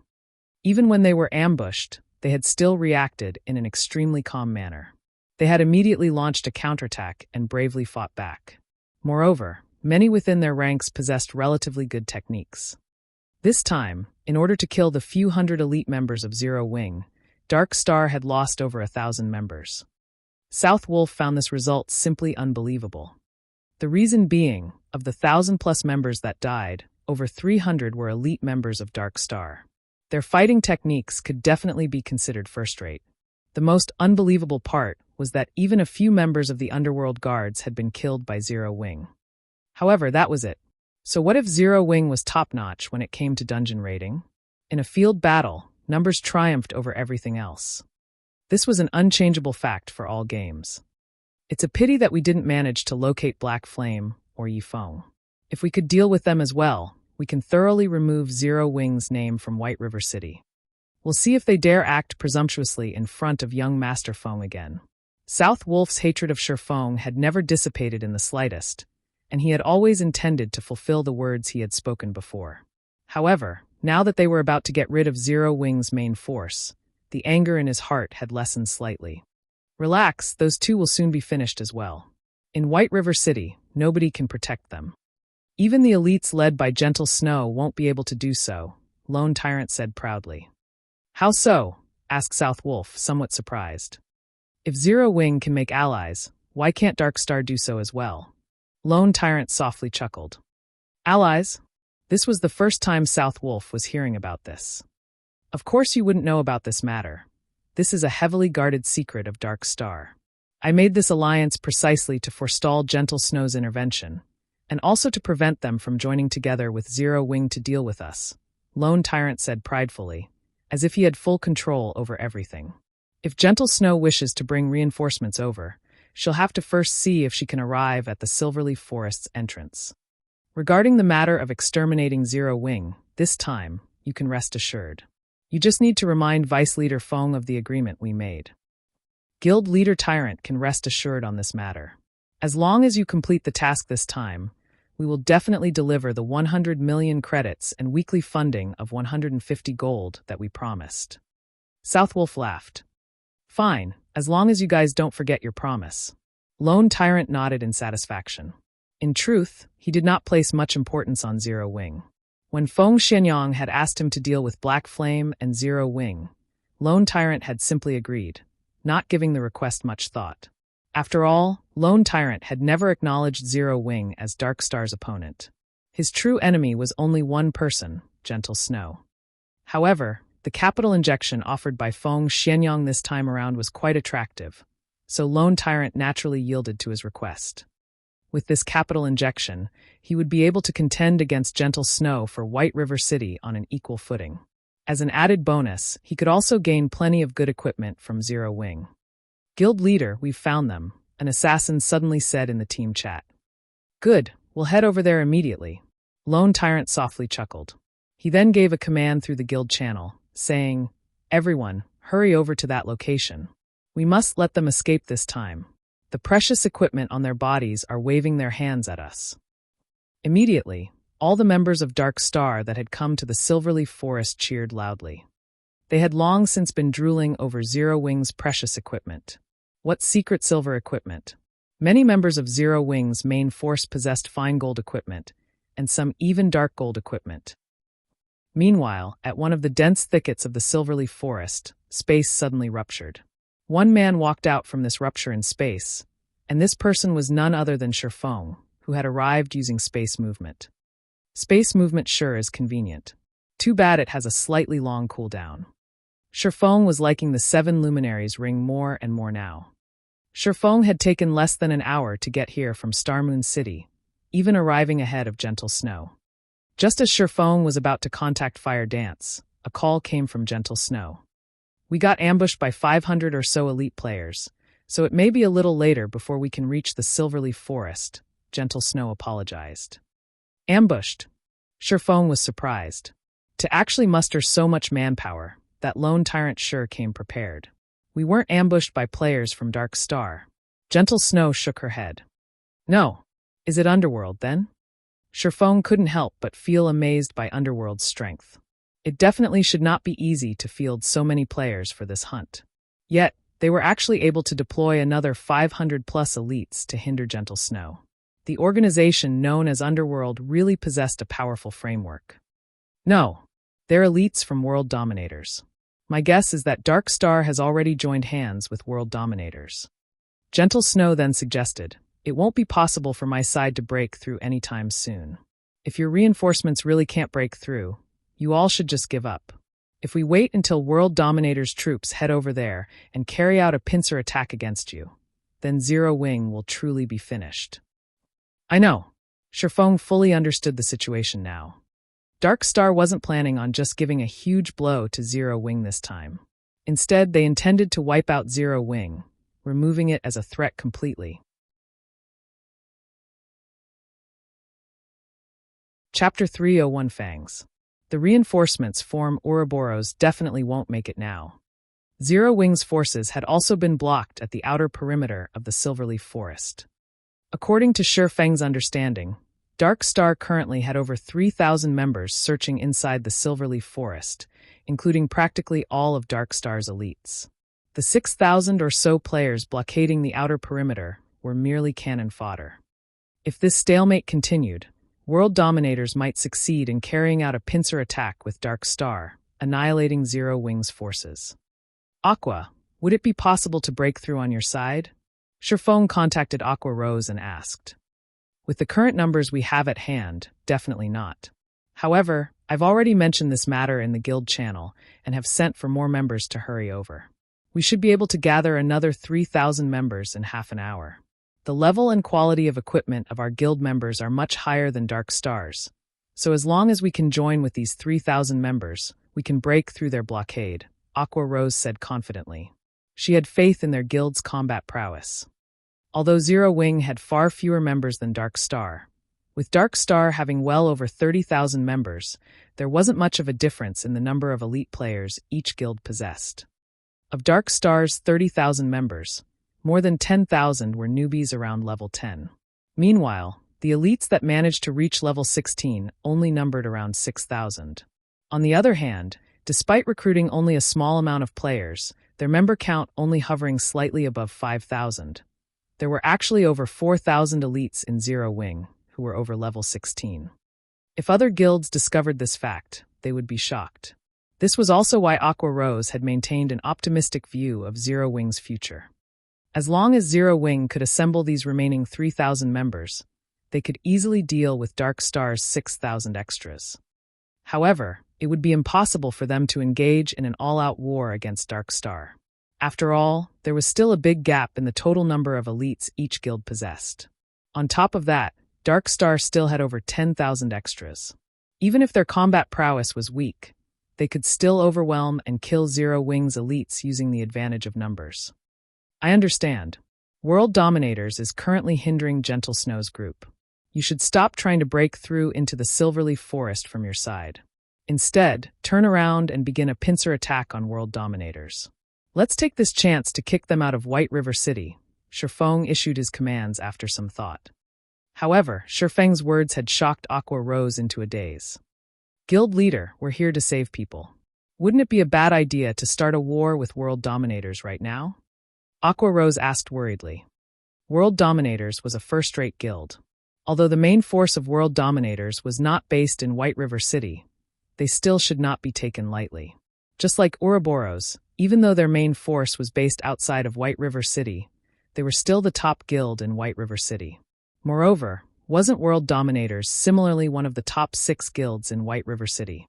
If Zero Wing headed over and attacked the members of World Dominators right now, it would be a declaration of war. Dealing with Dark Star was already a huge headache. If they had to face another one of the top 6 guilds in White River City, how could Zero Wing continue mingling in White River City? It'll be all right, just go. Remember, the moment you arrive, immediately use a guild war order to seal the location. Don't allow anyone from World Dominators to use a return scroll to leave that area, and make sure you kill every single one of those bastards. Teach them that there is a price to pay if they wish to take advantage of Zero Wing, Feng growled murderously. Although Feng advocated a low-profile and secretive development, that did not mean that he would receive enemies with a smile, even when said enemy banged on their front door. Whether it was Dark Star or World Dominators, if they really thought Zero Wing was a sickly animal that they could easily bully, they should get ready to pay a heavy price. But what do we do about Fire Dance and the others? There are still more than 50 players with them, and they are all the cream of the crop of our guild. Now that they are all red names, if they die, our guild will suffer tremendous losses. Although Aqua Rose could discern Feng's rage and killing intent from the tone of his voice, she still tried to dissuade him. I'll save Fire Dance and the others. Feng answered with absolute confidence. Aqua Rose sighed at Feng's answer. However, she no longer chose to pursue the matter, and instead she said, Fine, but as the guild leader of Zero Wing, don't you think you should say a few words to your fellow guild members as well? You haven't expressed your intentions since Dark Star declared war against us. Although nobody in the guild has said anything about it, considering the weight of this incident and the declaration of war against World Dominators, how can you stay silent? After the war with Dark Star began, both murderous intentions and excitement swept through everyone in Zero Wing. Many in the guild had expressed their eagerness for vengeance, speaking in the guild channel about how they were going to teach the bastards from Dark Star a lesson and show Dark Star know how amazing Zero Wing was. However, as the intensity of the battle between both guilds grew and the number of deaths increased, the atmosphere in Zero Wing became heavy. Even though they had fought for so long, they still hadn't managed to break past Dark Star's blockade around the Silverleaf Forest. The number of dead Zero Wing elites inside the Silverleaf Forest also grew as time passed. Hence, it was inevitable that Zero Wing's momentum would falter. At this point, most of the Zero Wing members had already lost their motivation to continue fighting, not to mention carrying out a pincer attack on World Dominators. Feng, of course, was aware of Aqua Rose's concerns. However, compared to just speaking through the guild channel, Feng had taken more decisive action and directly uploaded a post to the official forums.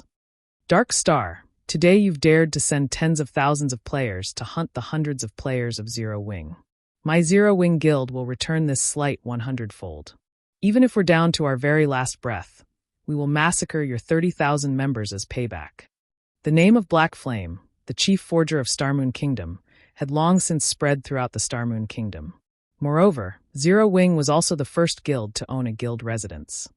The moment this post uploaded, it immediately garnered the attention of the residents of Starmoon Kingdom. Crap! Are they starting an all-out war? I show my support for Zero Wing. Zero Wing is as amazing as expected. Even though there are only several hundred, Dark Star actually had to send tens of thousands of players to hunt them. Does anybody know the final result? I heard that Zero Wing had lost over 300 members to Dark Star already, and there are still a few dozen being hunted down. On the other hand, Dark Star has already lost over 1,000 members. Right now, Every player in White River City is discussing this matter. Amazing! With just several hundred players on their side, even when faced with more than 10,000 players, they can still kill over 1,000 players. Dozens are still alive, too. I also want to join Zero Wing and become an expert. I despise Dark Star.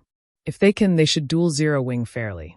What's so great about using numbers to bully someone? I am one of the members of Zero Wing that had been surrounded and killed.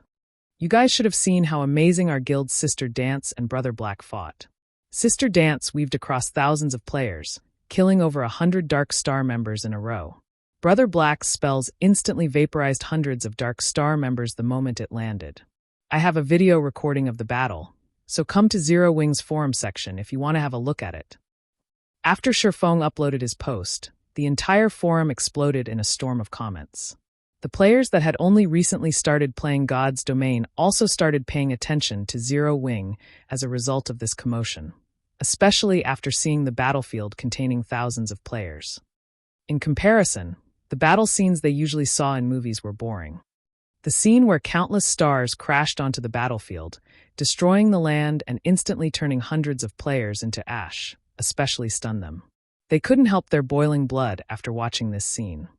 After watching this video, many players started considering joining Zero Wing.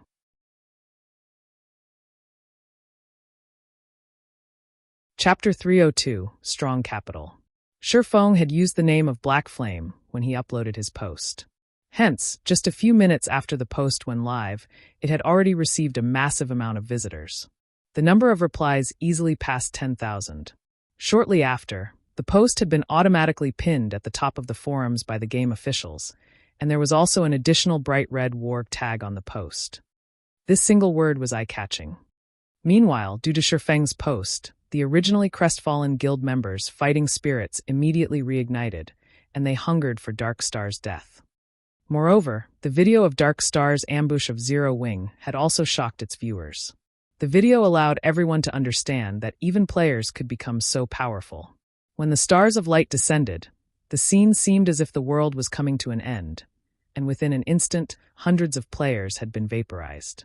Even players outside of the spell's damage range were not spared as the wind generated by the spell's impact sent them flying. Seeing the power of this skill, everyone finally understood why Blackie had such a high level. While everyone else struggled to kill a single monster, Blackie could simply lure several hundred monsters and kill all of them with a single move. How could anybody hope to compare to such a leveling speed? After watching this video, countless players started dreaming of the day that they, too, could possess such power.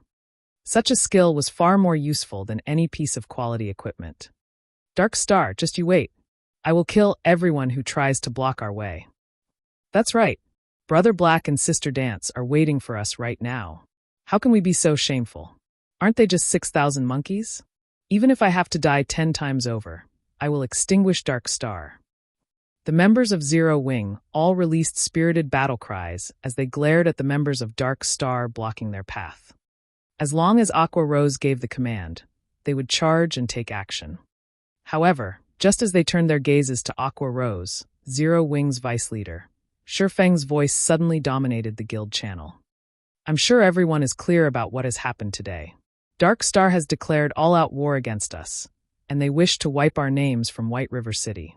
Although we, Zero Wing, have just started our journey and the member count of our guild cannot compare to the other guilds in White River City, Dark Star has actually started a war with us, thinking that we are easy to bully. What do you all think we should do about this? Kill them all. That's right. Why should we fear fighting back? Now, let's show those bastards that, if they wish to swallow us whole, they should prepare to lose a few teeth. Since everyone is going to try their best as the guild leader, I cannot be stingy. Before the battle, I sent for someone to retrieve some battle tools stored inside the guild warehouse. Everyone should now look for Vice Leader Aqua Rose for your share. Also, for those who participate in today's battle, you will gain 10 guild points for each enemy you kill. Those who manage to accumulate 10 kills will be rewarded 1 piece of secret silver equipment, while those who kill 50 will get a piece of fine gold equipment. If you manage to kill 100, you will even receive a private room in the guild residence. Even if you die in battle, you will still receive 10 guild points as compensation.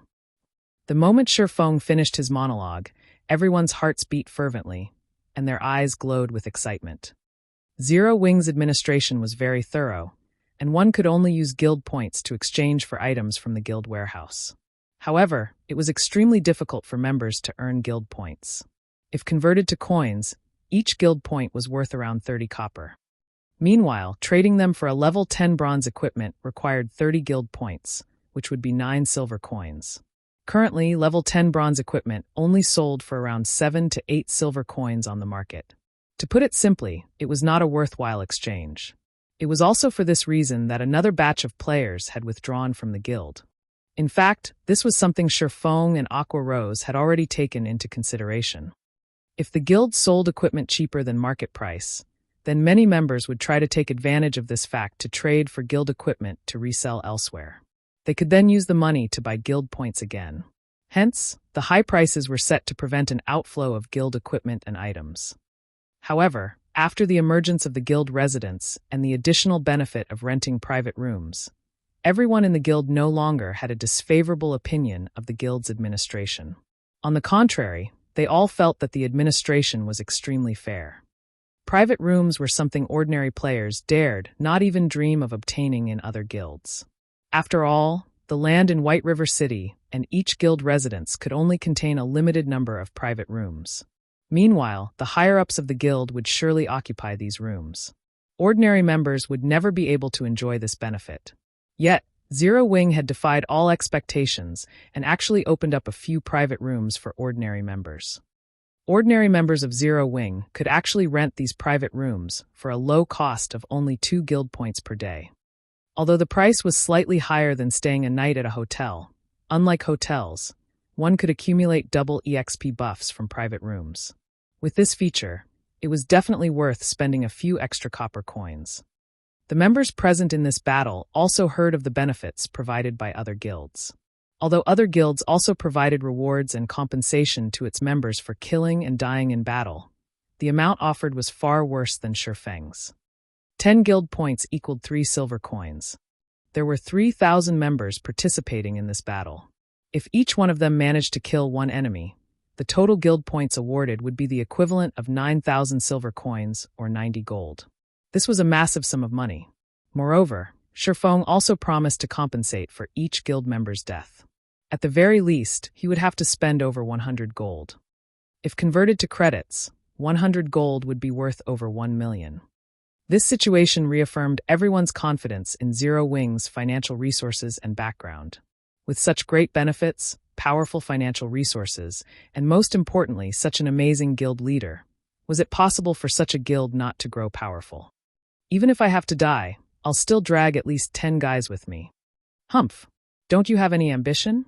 Didn't you hear the guild leader say that he would reward those who managed to get 100 kills with their own private room? You have to be capable of actually doing that first. Have you not seen how easily Brother Black and Sister Dance managed it? The momentum pushing the guild members to kill their enemies was stronger than ever now. Although the guild would only rent out, not sell, any of the private rooms, one could imagine how much a private room would cost. It was definitely not something worth a measly 1,000 guild points. Although their chances of actually killing 100 people were slim, there was still a small possibility. Naturally, they would fight for that glimmer of hope. Everyone, come to me to receive the frost grenades. Each person will only get 2. Party leaders will get 3 frost grenades and 1 tier 0 attack or defense magic scroll. Team leaders and vice team leaders will receive 5 frost grenades and 1 tier 1 magic scroll.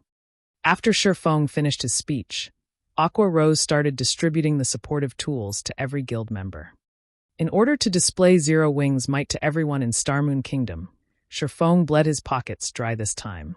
He retrieved all the supportive tools from inside the guild warehouse for this battle. The moment everyone received the supportive tools, everyone felt even more certain of their victory over Dark Star. Just by arming all of them with a single frost grenade, they could easily force Dark Star's 6,000 members to eat a huge loss. Adding in the control effect of the frost grenades, their chances of defeating these 6,000 players increased by at least 30%. Vice Leader Aqua, how should we fight? We'll all listen to your commands. That's right. With these tools of war, I can easily kill over 10 people and earn a ton. 100 people, here I come. Let's hope that those bastards don't run away. Everyone started joking around as they felt confident in defeating Darkstar now. Since everyone is ready, follow me. Aqua Rose nodded. The next moment, however, she turned around and ran in the opposite direction of the Silverleaf Forest.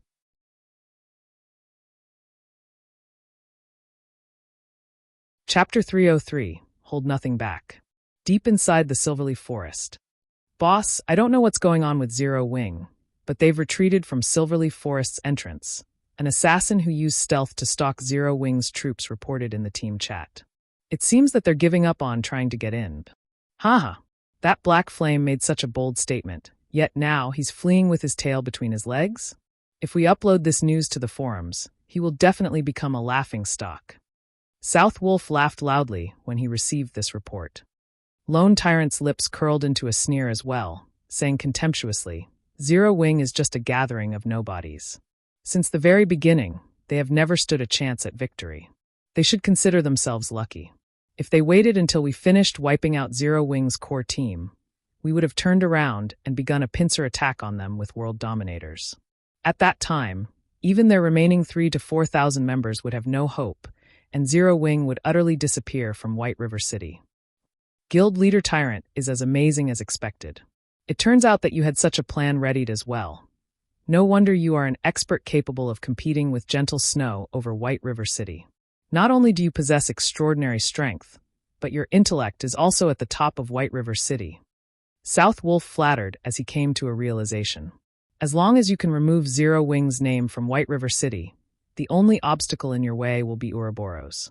However, with Darkstar and World Dominators working together, even the team led by Gentle Snow would no longer pose a threat.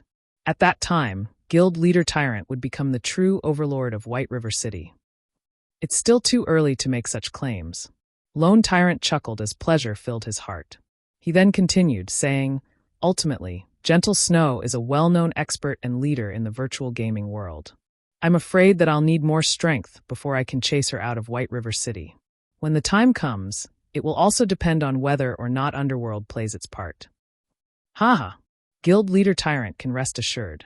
As long as Darkstar possesses a high chance of becoming the overlord of White River City, Underworld will invest greatly in it.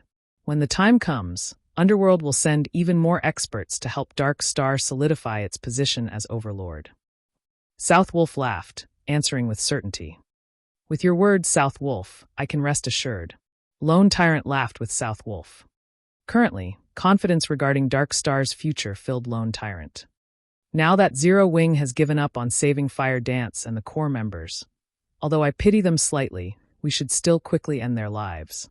When South Wolf thought of Fire Dance's sexy body, a lecherous smile unconsciously appeared on his face. Elsewhere, Fire Dance and her group were currently in a very precarious situation. Players from Darkstar had them surrounded, and although they had constantly carved out a path of bodies, they could not use return scrolls to escape. Darkstar had the Silverleaf Forest under siege, and all exits were blocked. If this situation continued, they would sooner or later lose their lives. However, they could not afford to die. At this moment, there were only 30-plus players remaining in their team, and they were red names. As for herself and Blackie, their names were already close to turning black now. If they died, losing 3 or 4 levels would only be a small matter. The most crucial point was that they could not afford the loss of their equipment. Sister Fire Dance, what are we going to do now? The bastards from Darkstar have discovered our location again, Lonely Snow asked. At this moment, he appeared to be in quite a sorry state. After being surrounded and attacked over a dozen times, his willpower had started to falter as well. Unfortunately, no matter what they did, they could not find a way to escape from Darkstar. Let's retreat first, then talk. Aqua Rose and the others are currently breaking through the entrance now. Moreover, they also have a large stock of supportive tools, so they can definitely break past Darkstar's blockade. We just need to hold on for a little while longer before we're rescued. Fire Dance had also racked her mind, trying to think of a way to escape. However, Darkstar simply had too many players. No matter how they tried to run, another group of players always waited for them. If not for the fact that their equipment and techniques were so impressive, they would have long since died. Just as everyone was desperately running for their lives, Feng contacted Fire Dance and suddenly joined the team. Guild leader, you're finally here. A glimmer of hope immediately flared in Blackie's heart when he noticed Feng join the team. Blackie's opinion of Feng had reached blind worship long ago, and he believed that there was nothing that Feng could not accomplish. In fact, Blackie wasn't alone in having such an opinion. Everyone in the core team thought so as well. Meanwhile, the originally gloomy atmosphere instantly dispersed upon Feng's arrival. Guild leader, you're even more amazing than the Fountain of Life. By simply joining the team, you have caused everyone's spirits to recover instantly. Their fighting powers have doubled. Fire Dance joked. Haha, I never knew I had such an effect. Feng laughed. They all could not help but laugh with him. Instantly, the atmosphere relaxed. How are things on your side? Feng asked.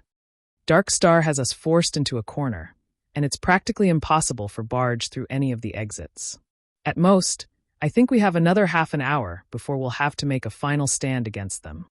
Fire Dance gave Feng a brief explanation of their current position. Meanwhile, as a veteran of the battlefield, Feng quickly grasped the general situation. If Fire Dance and her group faced Dark Star's 3,000 players in direct combat, the conclusion would be obvious. Even if they had Feng with them, the result would be the same. After a long moment of silence, I understand. Head to these coordinates. I'll meet you guys there, Feng said. Now that Fire Dance's group had been forced to such a corner, even Feng could not turn the tides. Dark Star had 3,000 players fighting for them, not just 1 or 200. At this stage of the game, most players should have already learned quite a few skills, and of them, there would definitely be a few life-saving skills. Furthermore, their fighting techniques would have improved greatly. It was no longer possible for Feng to slaughter them by the hundreds as he had with Martial Union. Fortunately, Feng was very familiar with the Silverleaf Forest. After giving it some thought, he concluded that there was only one location Fire Dance, and the others could head to survive. The chances for survival was less than 30%. However, a 30% chance of survival was far better than none at all. After all, if they faced Dark Star's 3,000-strong army, they would die 10 out of 10 times. Hopefully, Aqua Rose can take action quickly. Otherwise, we really will suffer a total defeat. Following which, Feng disconnected his call with Fire Dance. He then activated the 7 Luminaries Ring's space movement once more, teleporting to the meeting location that he gave Fire Dance's group. Although Guild War orders could seal off the usage of teleportation scrolls, they were completely useless against the power of the 7 Luminaries Ring. On the gravel road leading to the Silverleaf Forest, the players from World Dominators had already started battling the players from Ouroboros. Throughout their battle, both sides had constantly sent for more reinforcements, involving more and more players in the fray. Both sides were first-rate guilds with extraordinary backgrounds. To hinder Gentle Snow's advance, World Dominators had sent over 10,000 players to this fight. Meanwhile, Gentle Snow had even more players on her side. Currently, her army had increased to over 14,000 players. The intensity of the battle between these two guilds far outstripped the battle between Dark Star and Zero Wing. This massive encounter had shocked many players in White River City. Just what was happening in White River City? Why were 4 of the top 6 guilds in White River City battling it out against each other? Moreover, it wasn't just a minor skirmish between guilds.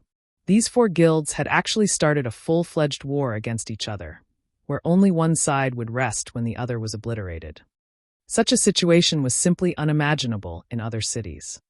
Players were still in the initial stages of God's Domain, and currently, every guild in God's Domain fully occupied themselves with raiding dungeons and development. Yet, these 4 guilds in White River City actually dared to start a full-fledged war. Regardless of which side won or lost, they would all be losers in God's Domain. Snow, this war is getting out of hand. Both sides have already incurred over 1,000 fatalities. If this situation continues, Emperor's Light and the Assassin's Alliance might be tempted to take advantage of the situation. I think we should retreat for now. After fighting for so long, we have fulfilled our duty to Zero Wing, Zhao Yuru urged as she looked at Gentle Snow, who currently issued commands.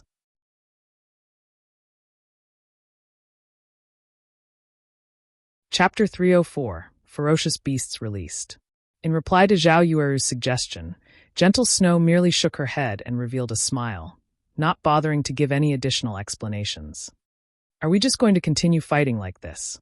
Although we have the advantage right now, if we wish to repel world dominators, our losses will be immense. We might very well ruin the great advantage we have in White River City. Snow, you should know that the people of Starmoon City have long since had an opinion of you. If we lose the advantage we have in White River City, they will take advantage of the situation and cause you trouble. Zhao Yueru could not make sense of Gentle Snow's thoughts.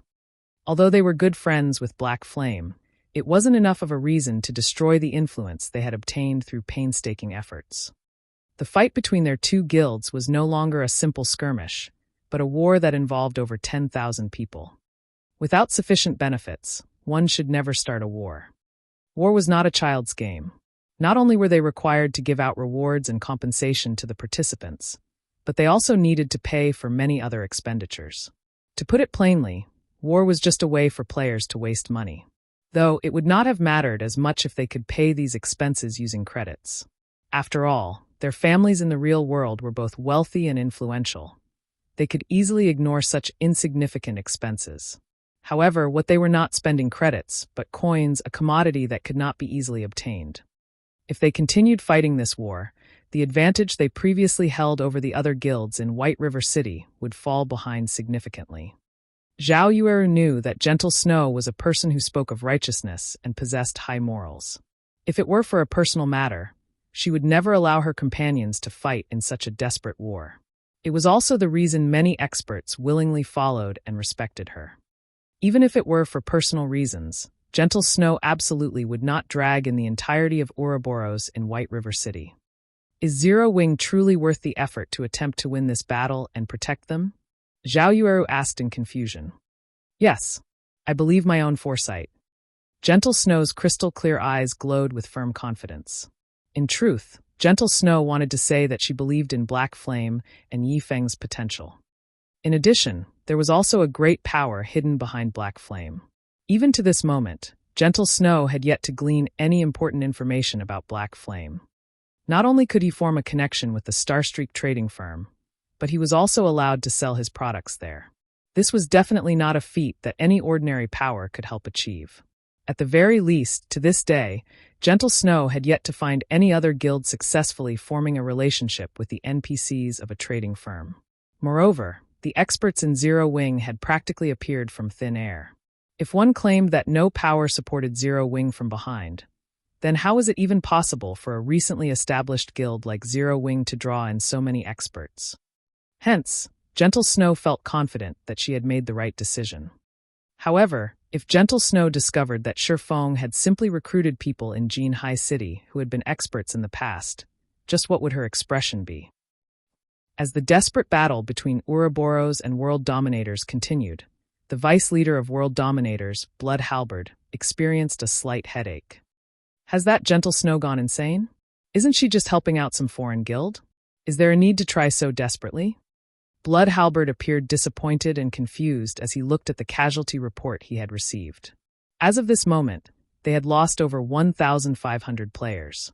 Just the compensation they had to pay out had already reached astronomical amounts.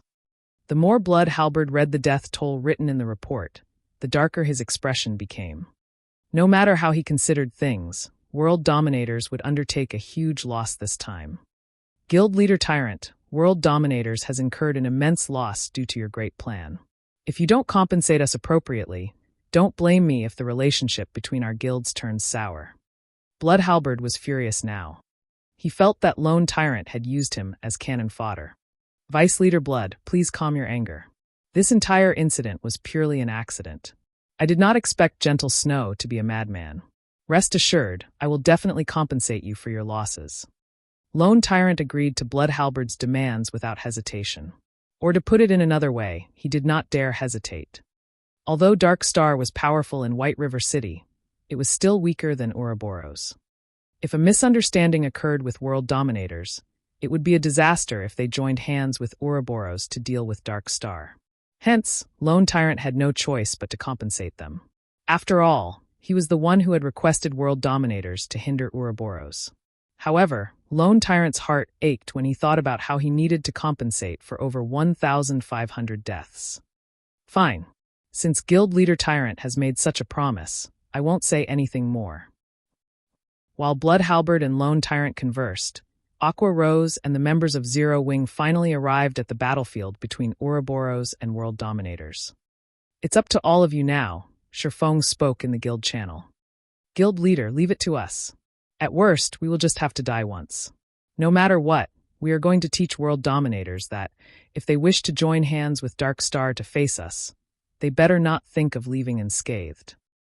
Right. Since they wish to start a war, we will show them that anybody who dares provoke Zero Wing will suffer the consequences. Energy filled the 3,000-plus members of Zero Wing that had hurried to the battlefield. The moment Feng gave the order, they would instantly transform into ferocious beasts and tear apart their enemies. Good, listen to my command. Assassins, your job is to use stealth and sneak over to World Dominators' healers. Shield warriors, guardian knights, berserkers, and swordsmen, all of you are to charge into the heart of World Dominators and break their formation.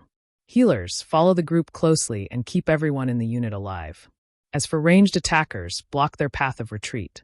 We will not let a single one of them leave here alive. Aqua Rose will be in charge of commanding the ranged classes. Under Feng's commands, everyone from Zero Wing took organized action. Very quickly, more than 300 assassins snuck to World Dominators' rear lines.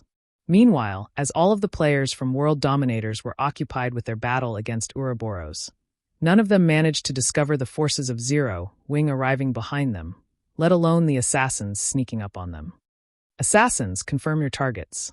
Have 2 people deal with each target and kill the healers with certainty. Do not give World Dominators a chance to react, Feng said in the guild channel. Guild leader, we're in position, the assassin party leader reported. Good. On the count to 5, take action together. After the assassins make their move, shield warriors and guardian knights, remember to activate your life-saving skills immediately as you start your charge. You all are to become a wall for everyone else and block of every bit of damage sent at you. As you move closer to World Dominators, everyone is to attack using the frost grenades that you received to break their first line of defense. Afterward, shatter their formation. Does everyone understand? Feng said.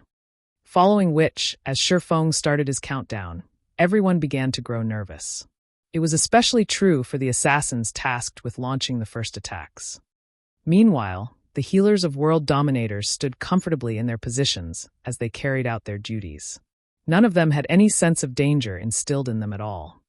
However, they could not be blamed for this. After all, they had an army of over 10,000 strong between the perceived enemy and themselves. No enemy should be able to touch them unless they broke through the defensive lines. Also, even if 1 or 2 players managed to sneak past the front lines, what could they possibly do to several hundred healers? The moment they revealed themselves, they would die instantly. Good. On my command. 5, 4, 3, 2, 1. Kill. Let not a single one of them go. After Feng's shout, all 300-plus assassins took action simultaneously, with every 2 assassins launching attacks on a single healer. When ambushed by an assassin, any ordinary healer would lose more than half of their HP, let alone an ambush by 2 elite assassins. Momentarily, many of World Dominators' healers felt a sting at the back of their heads. After they were forced into a fainted state, 2 piercing cold daggers slashed across their necks, followed by 2 frightening damages appearing above their heads. In the next moment, their bodies were no longer under their control. In the blink of an eye, World Dominators lost close to 200 healers. Immediately, Zero Wing's melee players began their charge. A moment later, Aqua Rose used a guild war order to lock down the entire region, preventing any from using a return scroll to leave the battlefield.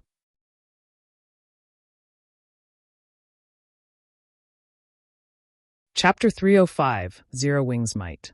The sudden loss of almost 200 healers stunned everyone from World Dominators. It's an ambush. Run. Faced with several hundred assassins so close without any protectors by their side, the only way the healers of World Dominators could escape death was to run towards the main army of World Dominators. However, healers were inherently slow. The assassins from Zero Wing quickly caught up to them.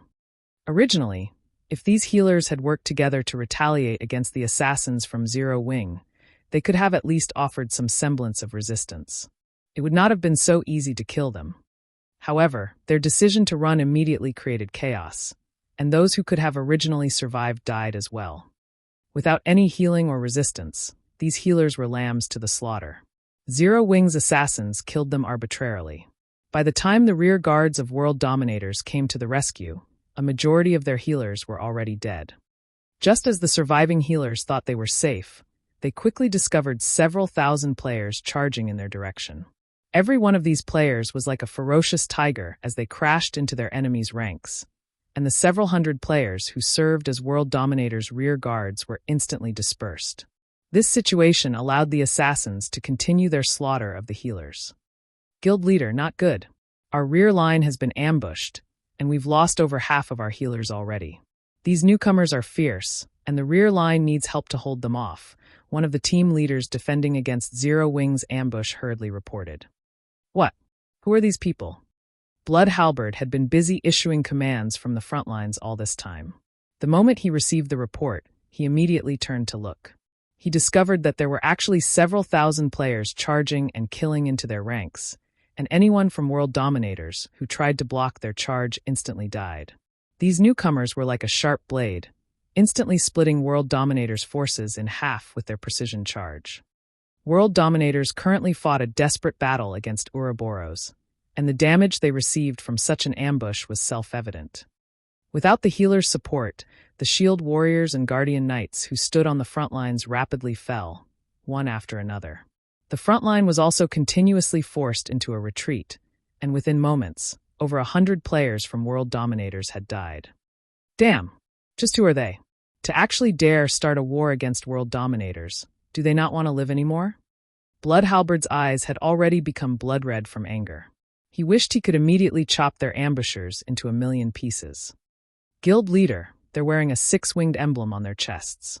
They should be players from Zero Wing, a ranger reported. Zero Wing? Weren't they fighting Dark Star? Why have they suddenly appeared here? Questions filled Blood Halberd's mind. However, he halted his thoughts as he spoke through the guild's war channel. These losers have actually dared ambush us. They're simply overestimating themselves. Everyone, turn around and focus all your attacks on Zero Wing. Wipe these fools from Zero Wing out first.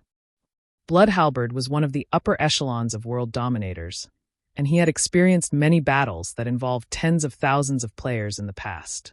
Thus, he was very clear on what actions he needed to take right now. World Dominators was no longer a match for Ouroboros in this battle. Now that Zero Wing had ambushed them from behind, launching a pincer attack with Ouroboros, World Dominators was in a fatal situation. If they continued this battle, they would suffer total annihilation. The only options they had was to either break through from one side or defend their positions and wait for help. Since the second option was clearly not viable, the only option they had left was to break through and escape this battlefield. However, it was clearly impossible for them to break through from Ouroboros' side. That left them with annihilating Zero Wing. Regarding numbers and total combat power, World Dominators was above Zero Wing by leaps and bounds. Meanwhile, on Ouroboros' side, Gentle Snow very quickly noticed that someone had ambushed World Dominators. Moreover, the ambush came from directly behind World Dominators. Although Gentle Snow did not know who launched the attack, this was a great chance that she could not miss. They might even be able to give World Dominators a huge blow in this situation. Everyone charge forward. Don't let World Dominators reorganize their formation. Gentle Snow commanded her forces, wearing a faint smile on her face. To readjust their formation, World Dominators turned around to attack Zero Wing. Unfortunately, that decision came at a high price. Unwittingly, World Dominators lost thousands of their members. Blood Halberd's heart bled at this sight. Although they had fought Ouroboros for a long time, they had only lost around 1,000 or so players. Now, in just a few short minutes, they lost several times that amount. Kill. Annihilate Zero Wing. Blood Halberd bellowed through the guild channel as he pointed his sword at Zero Wing's 3,000 members. Currently, World Dominators still had close to 10,000 players alive. It would be an easy task for them to deal with just 3,000 players. Both sides immediately entered a desperate struggle, flames and arrows filling the skies.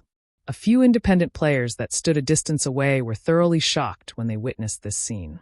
This battle was far more realistic and shocking than any movie they had watched before. Sounds of smashing and swords clashing filled the surroundings. There was also the constant stream of spells bombarding the land, sending debris and dust flying into the air. This was truly a bloody battlefield. In this battlefield, personal strength was insignificant. When struck by hundreds of fireballs and frost arrows, even the most powerful MTs would die instantly. Very good. It should be about time to use them now. Feng closely observed the battle through the live stream from Aqua Rose. After watching both sides clash for some time and seeing how closely packed the players on the enemy's side were, Feng commanded in the guild channel, "Use all your frost grenades and magic scrolls now. Hold nothing back and use all of them at once." The members of Zero Wing, who had long since hungered for this moment, immediately tossed the frost grenades in their hands. This time around, the members of Zero Wing only used basic frost grenades. Moreover, frost grenades were only half as effective when used against players, so each basic frost grenade only dealt 100 damage to players. However, with several thousand players using them simultaneously, the accumulated damage could easily exceed 10,000 points. Currently, a majority of the players in God's domain were around level 15, and even top-tier experts would be level 20 at best. Meanwhile, a level 20 shield warrior or guardian knight would only have around 3,000 HP. In the face of so many basic frost grenades, these players were cannon fodder. They could die at any given moment. Shortly after the basic frost grenades were thrown, a large swath of players from World Dominators died. As for those lucky enough to survive, they transformed into pure white ice sculptures. Immediately, the reinforcements from World Dominators who were just about to charge over were stunned stiff on the spot, intense fear permeating their hearts. As for Gentle Snow, who stood at a far distance, she had only noticed the center of the battlefield suddenly transforming into a snowy field. In this lush, green land surrounded by blistering hot temperatures, this white contrast made for relatively beautiful scenery. However, Blood Halberd was not in the mood to appreciate this pleasing sight. Zero Wing's combined frost grenade attack had instantly killed over 1,000 players. Adding in the follow-up control effect of the frost grenades and Ouroboros's continuous assault from behind, the death toll in this brief moment was at least 3,000. Moreover, even without this wave of frost grenades, Blood Halberd had discovered something very important. Although Zero Wing only had around 3,000 members, a large majority of them were elite players. Not only did they possess high levels, but their equipment was also of good quality. With these two advantages, these players could easily take on 2 to 3 average players. If the 10,000 or so players of World Dominators faced off against 3,000 average players, it would not take them very long to annihilate the latter and break out of this pincer attack. However, it was a completely different story if they faced 3,000 elite players. There was absolutely no way to break through this hurdle in a short time. Not to mention, they also had to pay a huge price to do so. It was the same situation when World Dominators had initially hindered Ouroboros's advance towards the Silverleaf Forest. At that time, they had only used several hundred elite players to block Ouroboros's army of 2,000 players. Now that World Dominators faced 3,000 elite players, in addition to the previous frost grenade attack, Blood Halberd began to consider suicide. If he had known about this earlier, he would have chosen to break through the pincer attack through Ouroboros's side. It would have been much easier that way. How did Zero Wing come into possession so many elite players? Blood Halberd could neither understand why nor did he try to understand it, as there was only one thing he could do right now. Everyone listen to my command. All of you use return scrolls and leave this place immediately. Blood Halberd shouted reluctantly in the guild channel. This could not be helped. If they received several more waves of frost grenade attacks from Zero Wing, in addition to Ouroboros's assault, World Dominators would be annihilated. There was only one thing they could do now. Escape.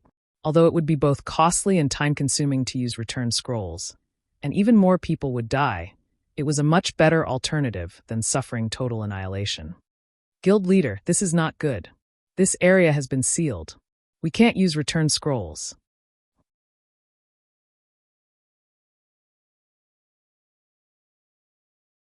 Chapter 306, The Price of Being a Passerby. His subordinates' report stunned Blood Halberd. Do they really intend to fight to the bitter end? Blood Halberd's eyes turned crimson, his current mood similar to an imminent volcanic eruption. With the entire area sealed off, preventing the use of return scrolls, world dominators had no way to escape. The steep slopes on both sides of this area left only one line of movement available. One could only advance forward or retreat backward. There was no third option available. Right now, however, Ouroboros blocked the road back to the city, while Zero Wing blocked the road to the Silverleaf Forest. Originally, Blood Halberd felt only contempt for Zero Wing's attempt to launch a pincer attack on world dominators. Now that he had personally witnessed Zero Wing's strength, however, Blood Halberd no longer dared underestimate Zero Wing. Whether it was Ouroboros or Zero Wing, neither of them was easy to deal with. Blood Halberd's current situation could be perfectly described as being stuck between a rock and a hard place. However, inaction would similarly result in world dominators' complete annihilation. Originally, world dominators had come to this place simply to aid Dark Star in delaying Ouroboros' advance. Now, however, they had become the center of the war. Everyone defensive formation, Blood Halberd commanded after a bit of thought, not daring to delay any longer. The members of World Dominators immediately formed a circle to repel attacks from both sides and reduce their losses. Meanwhile, Blood Halberd sent out a communication request to Lone Tyrant. Originally, Lone Tyrant was still joyous over locating Fire Dance's group. However, he suddenly received an urgent call from Blood Halberd. Vice Leader Blood, I will definitely send over the compensation after this entire matter is dealt with. Please stop rushing me, Lone Tyrant said, slightly annoyed. Compensation. Blood Halberd's anger boiled over when he heard this word. Originally, Dark Star was the one responsible for dealing with Zero Wing. However, world dominators now had to handle both Zero Wing and Ouroboros, placing Blood Halberd's guild in such a dangerous situation. Was this something mere compensation could make up for? Guild Leader Tyrant, I promise to help you delay Ouroboros, not to start an all-out war with them. Now, not only have you let Zero Wing's forces run away, you're even making world dominators face two guilds at once. Meanwhile, you, Guild Leader Tyrant, only know how to utter the word compensation? Guild Leader Tyrant, you're good. You're very good. The more Blood Halberd spoke, the angrier he got. He felt that Lone Tyrant had plotted against world dominators all this time. First, Lone Tyrant had let them fight it out with Ouroboros. Then, he had allowed Zero Wing's forces to escape. In order to escape, Zero Wing could only pass through the area where world dominators and Ouroboros were fighting. In the end, Zero Wing had no choice but to start a fight with world dominators. With this plan, Lone Tyrant could kill 3 birds with 1 stone. Success meant that 3 of the top 6 guilds in White River City would receive a huge blow, with Dark Star the only beneficiary of this chaos. Lone Tyrant was certain that there was a misunderstanding the moment he heard Blood Halberd's words. After all, he had not intentionally allowed Zero Wing to escape. Instead, the players from Zero Wing had left on their own, and they just happened to encounter world dominators on their way back, which resulted in world dominators suffering a pincer attack. Everything was simply a coincidence. As for Zero Wing's decision to directly oppose world dominators, any normal person would not do that. Currently, Dark Star was in an all-out war with Zero Wing, a war that would end only when one side was completely annihilated. Just before, Black Flame had even publicly declared that he would make Dark Star pay the price of 30,000 people. So, why would they suddenly go and provoke a first-rate guild like World Dominators? Only a person who wished to die a quicker death or a person with brain damage would declare war simultaneously on 2 of the top 6 guilds in White River City. However, no matter what Lone Tyrant said now, Blood Halberd definitely would not believe him. Hence, Lone Tyrant hurriedly said, Vice Leader Blood, I truly know nothing about this matter. I'll send my army over there right away. If we execute a pincer attack, I'm sure we can wipe out Zero Wing. Well, come quickly then. Blood Halberd shouted in rage. The more he listened to Lone Tyrant speak, the more disgusted he was with this person. Lone Tyrant had actually used world dominators as bait. However, the priority right now was for the guild to escape this predicament. Everything else was secondary. Okay, I'll have them head over immediately. Lone Tyrant ended the call and promptly contacted his troops stationed outside the Silverleaf Forest.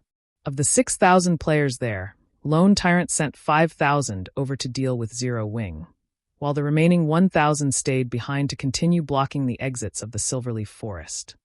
However, as time slowly passed, World Dominator's situation turned grimmer and grimmer.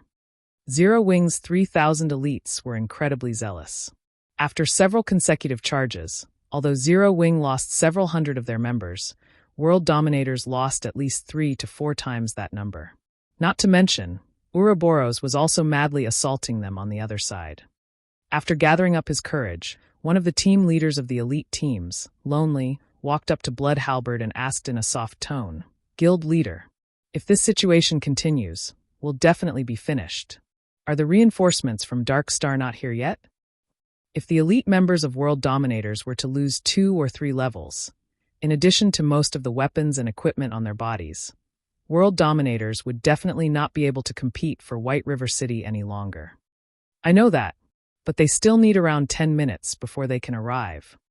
At this moment, Blood Halberd's heart was bleeding in pain. However, he was helpless in this situation, unless of course Zero Wing or Ouroboros showed mercy and let them go. Blood Halberd's eyes shone when this thought occurred to him. He was not out of options yet. World Dominators and Ouroboros were bitter enemies, so it was obviously impossible to ask Ouroboros to show mercy. However, there was a slight possibility of success with Zero Wing. After all, World Dominators had never come into direct conflict with Zero Wing before. Also, Zero Wing's main enemy was Dark Star, while World Dominators was simply a passerby in this matter. Hence, Blood Halberd immediately tried to contact Feng. "Vice Leader Halberd, to what do I owe this pleasure?" Feng asked, a smile on his face. When he received Blood Halberd's call, he had chosen to accept it right away. "Guild Leader Black Flame, the war between our guilds is just a misunderstanding. World Dominators has a feud only with Ouroboros. We came here simply to fight Ouroboros, and we truly never intended to fight your guild. In regard to the losses and inconvenience caused to your guild, I can compensate you on behalf of World Dominators. As long as Zero Wing stops attacking us right now, I will immediately have our guild's finance department send over 1 million credits to serve as compensation. What do you think, Guild Leader Black Flame?" Although Blood Halberd had tried to speak casually, he could not completely hide the panic in his tone. After all, at least one elite member of World Dominators was dying with each passing second. 1 million credits. In past virtual reality games, even well-known gaming workshops needed a month's time to earn such a sum. Hence, Blood Halberd's offer of 1 million clearly showed his sincerity. So it was all a misunderstanding. Feng acted as if he had come to a sudden realization, letting Blood Halberd feel a hint of hope. However, before Blood Halberd could even feel joy, Feng's tone changed abruptly as he said, "I am moved by Vice Leader Halberd's generosity. Sadly, one of my shortcomings as a person is that I am extremely headstrong. Since it is a misunderstanding, let us just continue this misunderstanding, then. You're making an enemy out of World Dominators. Aren't you afraid of our retaliation?" Blood Halberd screamed in anger. "Vice Leader Halberd, what's there to get angry about? The moment we started playing this game, we were bound to meet with some trouble. If you aren't even prepared to suffer such a small setback, I think it is better for you to retire sooner rather than later. Although World Dominators is only playing the role of a passerby in Dark Star's plan this time, by provoking Zero Wing, you also have to pay a terrible price." Feng chuckled. "However, don't you worry. Dark Star will soon be joining you all." After Feng disconnected the call, he then contacted Aqua Rose, saying, "No need to be polite. Leave none of them alive. Show everyone the consequences for those who dare to be a passerby and have thoughts about Zero Wing."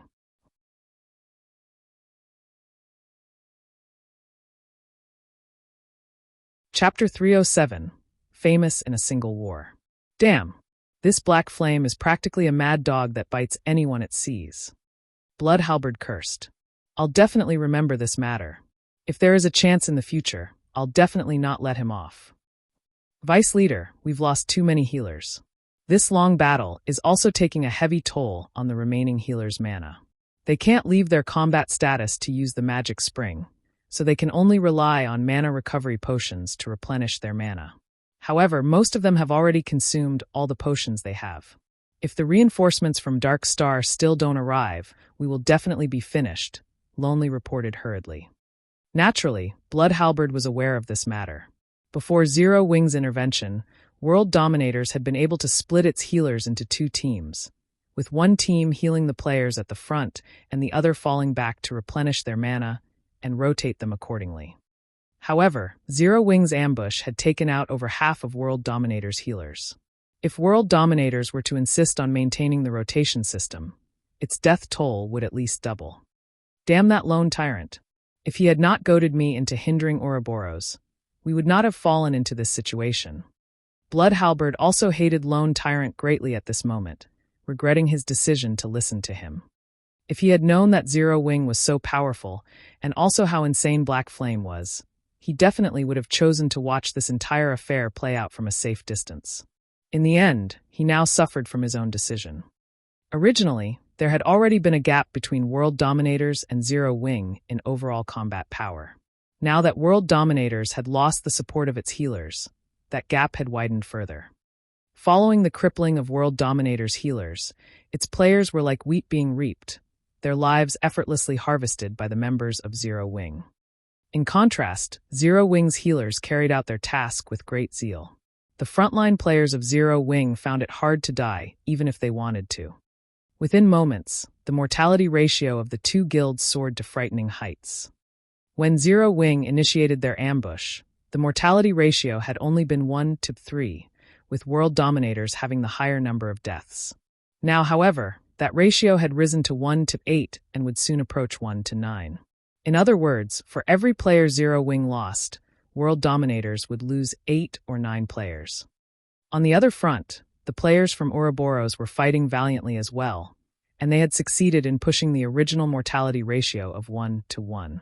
2 up to the current ratio of 1-3. No, we can't wait any longer. At this rate, we'll be completely annihilated by the time the reinforcements from Dark Star arrive. Both anger and grief filled Blood Halberd at this moment.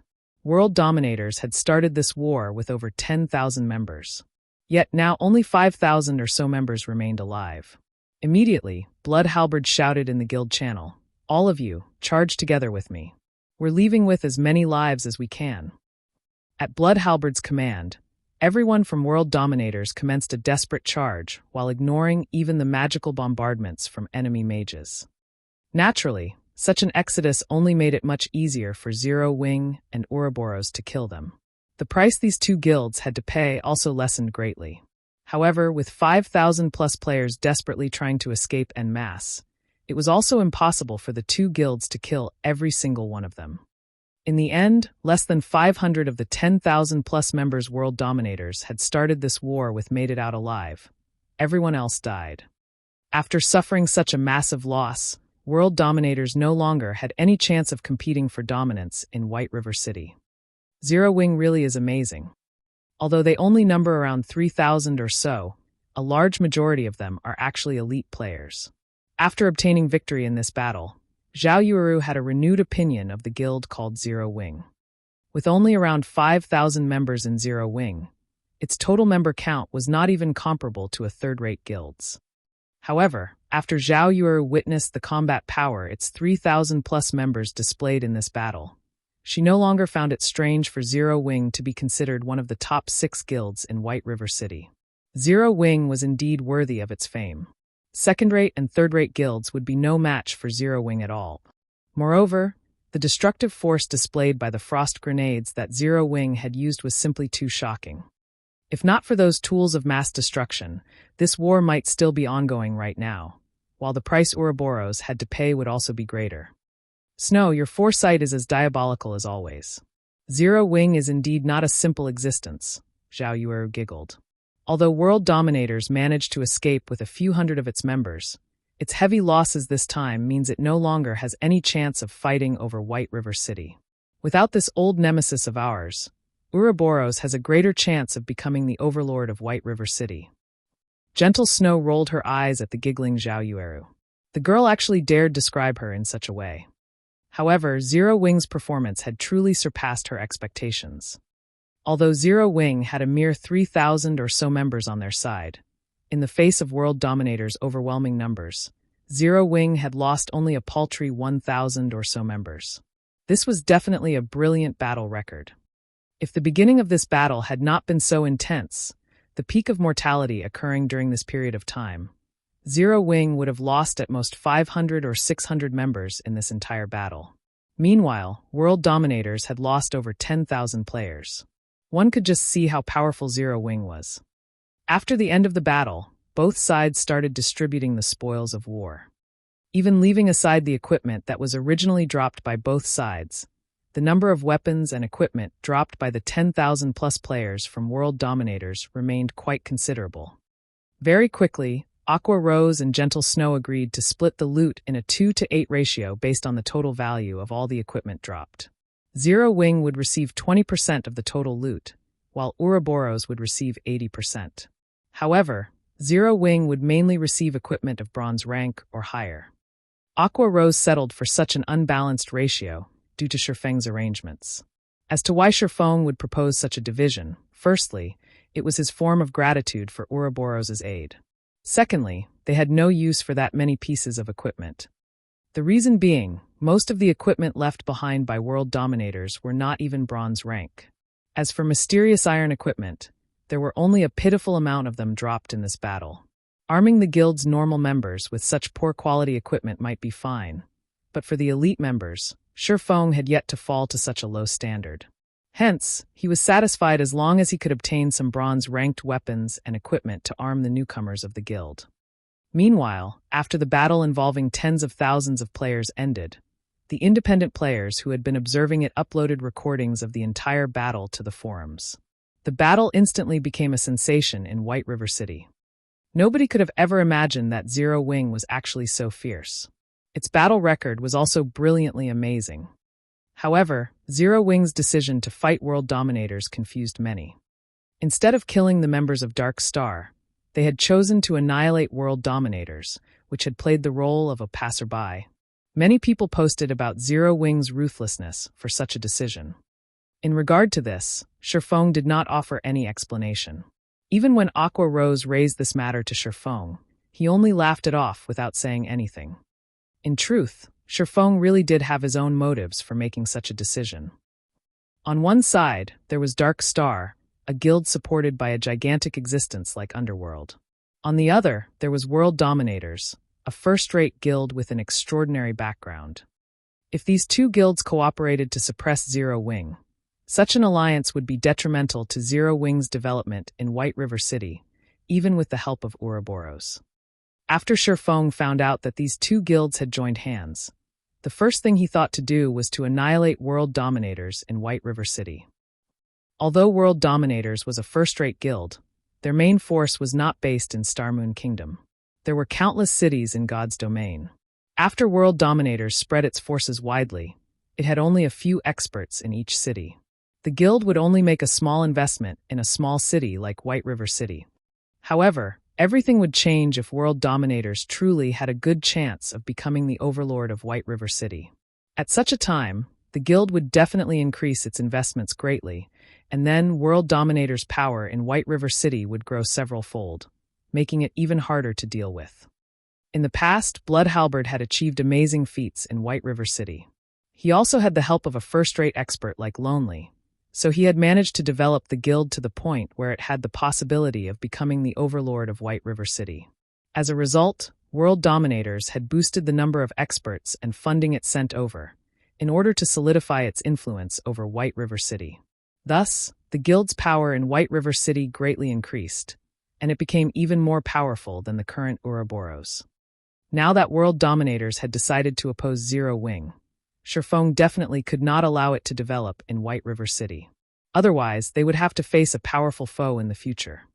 This was also the reason why Feng Xianyang decided to annihilate Zero Wing without hesitation, after Feng rejected Feng Xuanyang's proposal.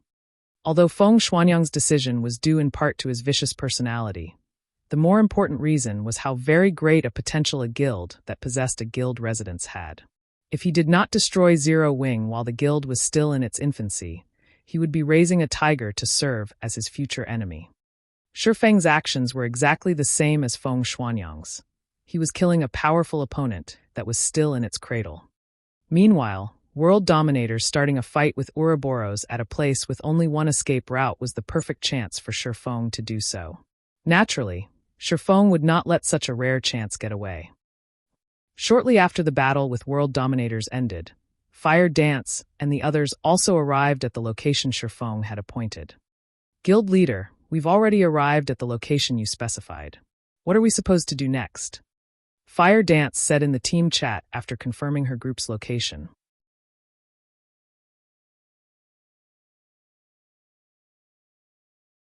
Chapter 308, Black Flame and Yi Feng. Good, I'll head over there now, Feng said. Standing atop a tree, he inspected his surroundings before jumping off the tree and proceeding towards the meeting point. Now that Fire Dance and the others had accomplished the difficult first step, what remained depended solely on luck. If his plan worked, then Fire Dance's group would succeed in escaping. As for directly confronting Dark Star, choosing to face over 3,000 elites from Dark Star was simply suicidal. Oh, someone's coming over. While Feng was transversing the forest, his keen five senses suddenly picked up on movement a short distance away. He promptly jumped up onto a tree. Towards the west side of the forest, a team of over 100 elite players was currently searching the vicinity as they moved. The majority of these players were red names, creating a very eye-catching sight. Moreover, none of them tried to hide their presence, which made it very easy for Feng to discover them.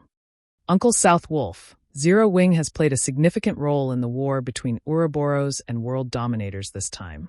We also can't overlook the combat power Zero Wing displayed. It is definitely not as simple as it appears in the video recordings of their battle. If Zero Wing had not suddenly ambushed world dominators from behind, world dominators would not have lost so overwhelmingly. Now, world dominators in White River City is only an empty shell of its past self. Blood Halberd is also continuously lambasting Lone Tyrant with a barrage of curses. However, since Lone Tyrant does not dare to become hostile with Blood Halberd, he has no choice but to suffer in silence. Black Flame is truly decisive with his actions.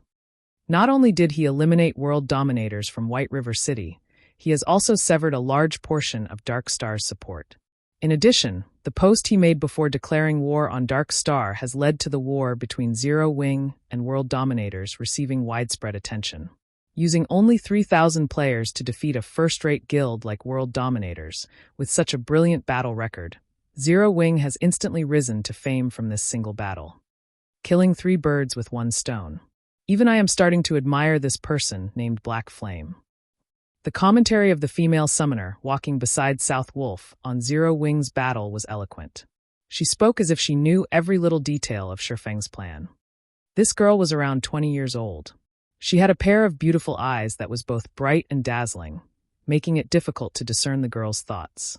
Her cherry lips were currently tilted up slightly, while her eyelids were curved into small crescents. The girl exuded a calm and mysterious aura. During the few occasions when she giggled, she would also reveal a noble and elegant temperament that drew the attention of others despite themselves. Yulan, you are Underworld's female Zhuge. How can you uplift others' prestige while downplaying your own worth? That Black Flame simply got lucky.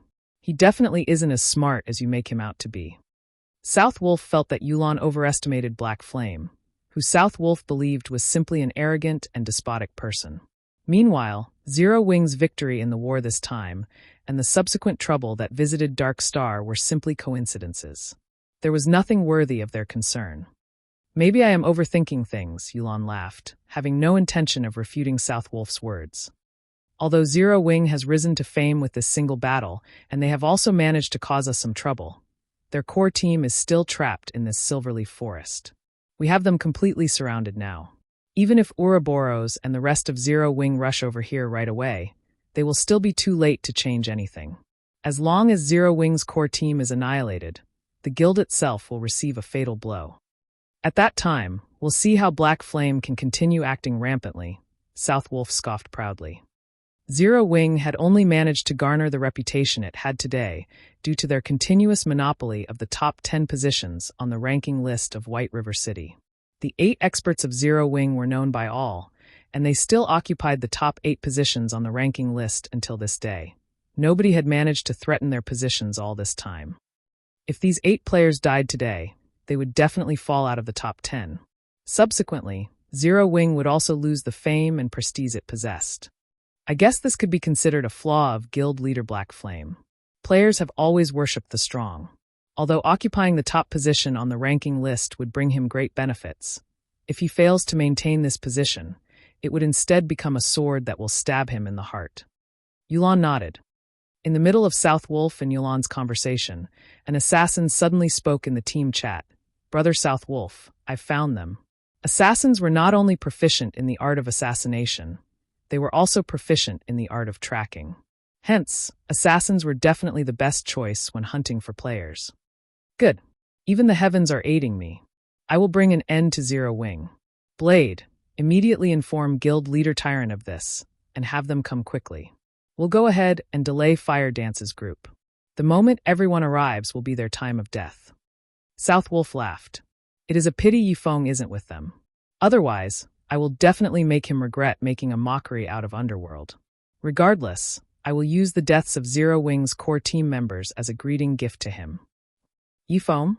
Uncle South Wolf, are you referring to the god-ranked expert of White River City, that Feng? Yulan suddenly grew interested. What dog's fart expert? If he had not hidden himself, I would have already made him kneel and beg for forgiveness by now, South Wolf said in disdain. Yulan entered a deep contemplation after hearing South Wolf's words. Suddenly, a smile appeared on her face and a hint of joy glimmered in her eyes. It was as if she had found a new toy to play with. Laughing lightly, she said, "First there is Black Flame, and now there is Feng, a god-ranked expert. Zero Wing is truly an interesting existence." Just as South Wolf's group was closing in on Fire Dance and the others, Feng hid himself within the dense treetops, waiting for South Wolf's group to approach him. "Guild leader, we're ready," Fire Dance said through the team chat. "Good. Fire Dance, you and the other assassins sneak over to their healers and prepare an ambush. Make sure to maintain a certain distance from their group and be careful of detection. Although it is unlikely that any of them have learned a stealth erasing skill, we cannot rule out even the slightest possibility. Wait until they have entered Blackie's attack range, then make your move. No matter what, do not let them discover our tracks," Feng said quietly. After Feng had discovered South Wolf's group, he had immediately contacted Fire Dance and ordered them to ready themselves to get rid of these players. Feng had chosen to do so mainly because it was of utmost importance that Dark Star not find out where they were going. South Wolf's elite team consisted of over 100 players. All of them possessed relatively good quality equipment. Although there were a few bronze equipment mixed in, most of them were using mysterious iron equipment. This team was definitely one of Dark Star's core teams. Conversely, although Feng had only around 30 players on his side, every one of them was an expert. It was not exactly impossible for them to eliminate these 100-plus elite players in a short amount of time. Not to mention, Feng still had plenty of basic frost grenades and Tier 1 magic scrolls on him. Naturally, he had distributed quite a lot of them to Fire Dance and the others. In addition, if they could kill all these elite players, the deaths would cause significant damage to Dark Star. So why not? Leave it to me. Saying so, Fire Dance immediately led 5 assassins and snuck over. Although South Wolf's group consisted of 100-plus elite players, their levels were only around level 17, with level 19 being the highest. Meanwhile, Fire Dance was currently level 21. Fire Dance's techniques and equipment also surpassed these elite players by leaps and bounds. All these factors combined allowed Fire Dance to effortlessly sneak up on the enemy's healers. The 5 other assassins accompanying Fire Dance were not weaklings either. They were all core members of Zero Wing, sporting equipment of mysterious iron rank or above, and were also at level 20 right now. When they snuck up on the healers of Dark Star, none of them were detected. So when South Wolf and his group walked into Blackie's attack range, they all remained unaware of the looming danger. "Kill!" Feng commanded through the team chat, and immediately, everyone sprang into action.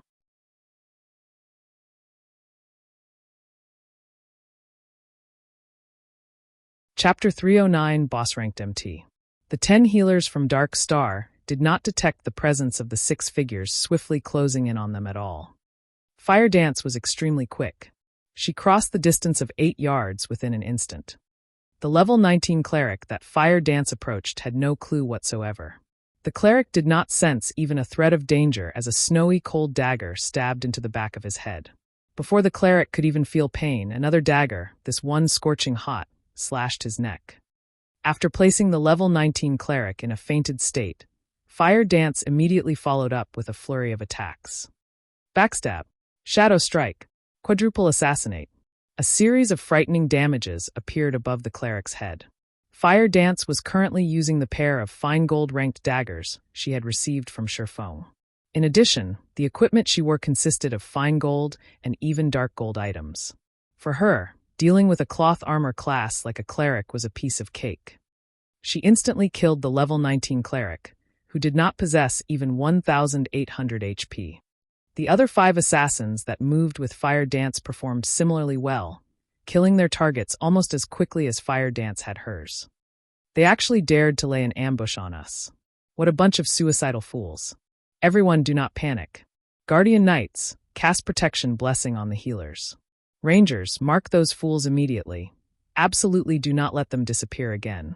Elementalists, use Ice-type magic to restrict their movements. Everyone else, charge at them.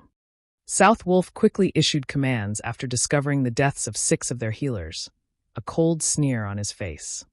The shield warriors and berserkers closest to the healers reacted quickly. They used charge on the 6 enemy assassins in an attempt to save the remaining healers in their team. Simultaneously, the Guardian Knights of Dark Star cast Protection Blessing on the 4 remaining healers, reducing the physical damage they received by 50%. One could not help but admit that the Dark Star elites were truly skilled players. Their response made it practically impossible for Fire Dance's group to kill the remaining 4 healers now. In the face of the shield warriors and berserkers' charge, and also the barrage of frost arrows sent by the elementalists, Fire Dance and her fellow assassins promptly used wind steps, gaining more than a second's worth of invincibility, thanks to the skill's effect. All 6 of them then turned around and ran, leaving behind only the corpses of the 6 healers they killed as they plunged into the forest. Despicable. Assassins, chase after them. Make sure you don't lose track of them. South Wolf bellowed, anger filling his heart. Their team consisted of 100+ elite players. Yet, not only had they lost 6 of their healers in an ambush by 6 assassins, they had even allowed these ambushers to escape. Wouldn't they become laughingstocks if others were to find out about this matter? Before the elites of Dark Star could set off in pursuit of Fire Dance's group, the female summoner, Yulan, suddenly shouted loudly, "Do not chase after them. Everyone scatter immediately." The moment Yulan finished speaking, she promptly sprinted away from this part of the forest. South Wolf was confused by Yulan's actions, failing to understand why she would do such a thing. However, he still chose to listen to her advice and started running. At the same time, in the distance, Blackie finished chanting the final verse of his spell's incantation. In the next moment, an enormous, golden magic array appeared in the sky, covering a large part of the forest. Shortly after, a dazzlingly brilliant star appeared from the magic array and plummeted towards the forest. One after another, the Dark Star elementalists with quick reactions responded by immediately activating instantaneous movement. Meanwhile, the other classes also activated their own life-saving skills while doing their best to escape the effective range of the attack. However, there were a few players from Dark Star that failed to respond appropriately. Moreover, Blackie's stars of light possessed a very large effective range. Hence, when the first star impacted the ground, the blast caught over a dozen Dark Star players. The continuous bombardment of the stars of light easily wiped out even shield warriors that possessed more than 3,000 HP. To put it simply, all those within the stars of light's effective range died. What an amazing skill. Now that I'm seeing it in person, this skill is extraordinary as expected. Aside from Black Flame and Yi Feng, the top ranker of White River City cannot be taken lightly either. Although Yulan had managed to avoid the bombardment of the stars of light, she still could not help but marvel at the terrifying destructive power of the skill. Yulan, if not for your reminder, we would have lost more than just a dozen or so members. At this moment, South Wolf had yet to recover from his shock. After all, he had originally been standing at ground zero of the attack. If he had not escaped as quickly as he had, he might have been among the dozen or so players who had died. Uncle South Wolf, Please contact Guild Leader Tyrant immediately and have them on the lookout in their vicinity. Make sure they don't split up, as the ambushers from Zero Wing are definitely not limited to just those 6, Yulan said in the team chat after surveying her surroundings. Yulan, you worry too much. Although we have lost some of our people, this team of ours consists entirely of Dark Star's elite. Fire Dance's group has only around 30 or so members remaining. In a direct confrontation, they stand no chance against us at all. The most they can achieve right now is an ambush on us. Now that they have revealed themselves, it is the perfect chance for us to pursue them. So, how can we choose to wait for our deaths in this place? South Wolf felt that Yulan was panicking slightly after seeing the stars of light. Originally, Yulan had wanted to dissuade South Wolf. However, the latter was simply too impatient. He also did not wish to miss this great chance to get rid of Fire Dance and her group. Hence, before Yulan could say anything more, South Wolf had already led the team off, charging in the direction where Fire Dance and the others had disappeared. Just in time. Seeing South Wolf and his team running over, Feng revealed a smile as he waved his hand. At Feng's gesture, Cola and the other plate armor classes immediately charged forward to meet with the Dark Star members. The moment South Wolf's group noticed the dozen or so Zero Wing members charging at them, they too did not hesitate to hasten their steps, their eagerness to get rid of Cola and the others showing clearly in their eyes. Cola was the chief MT of Zero Wing, and his current level was at level 21. In addition, Cola was mostly geared with fine gold equipment, secret silver being the poorest quality for the items he had on him. The Arclight Guard in his hand was also a dark gold ranked shield. With such good items, Cola's HP exceeded the 3,900 threshold, and his defense was likewise frightening. When a flame explosion sent by one of Dark Star's elementalists landed on him, the spell barely managed to deal slightly over -300 damage. The caster of the spell goggled from shock when he saw such a low damage, his eyes nearly popping out of their sockets. Meanwhile, an arrow shot by a ranger from Dark Star dealt only around -100 damage. The attack could barely be considered a scratch on Cola. To make matters worse, Cola also excelled at dodging. In the face of a sky filled with spells and arrows, Cola actually managed to dodge over half of these attacks. Meanwhile, standing at the rear, Violet Cloud merely had to gesture with her delicate hand, casting a basic recover on Cola. Instantly, the spell fully restored the 400+ HP Cola lost, returning the Guardian Knight to full health. Moreover, recover was a skill that restored the target's HP once every 3 seconds for a duration of 15 seconds.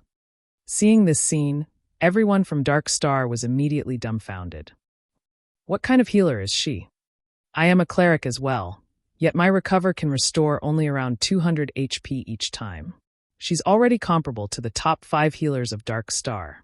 A cleric for Dark Star commented in shock. Originally, they were already having a hard time trying to kill Cola. Now that there was also an amazing healer supporting him from behind, it was simply impossible for them to kill him. Shortly after both sides started confronting each other, the players from Dark Star suddenly discovered a shocking matter.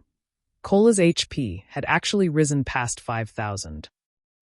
Moreover, the heals he was receiving had also increased from the original 400+ to 500+, making him even more impossible to kill.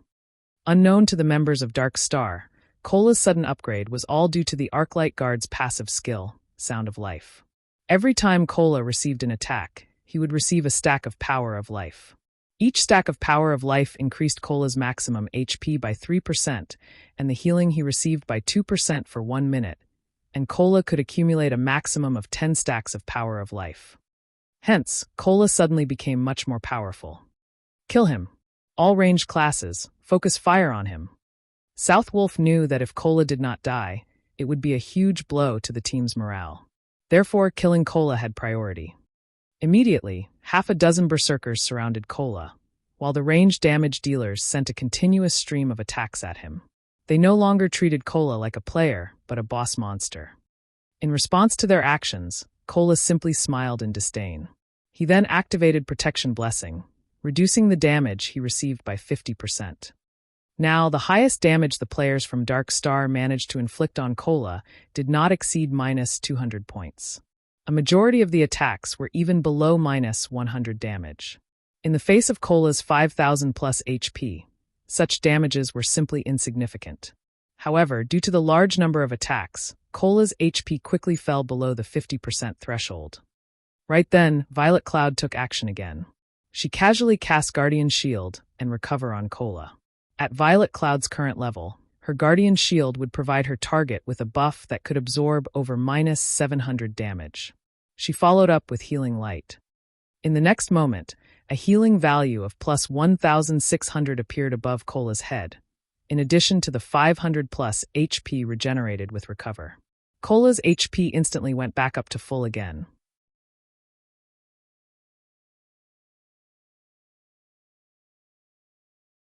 Chapter 310 Reversal.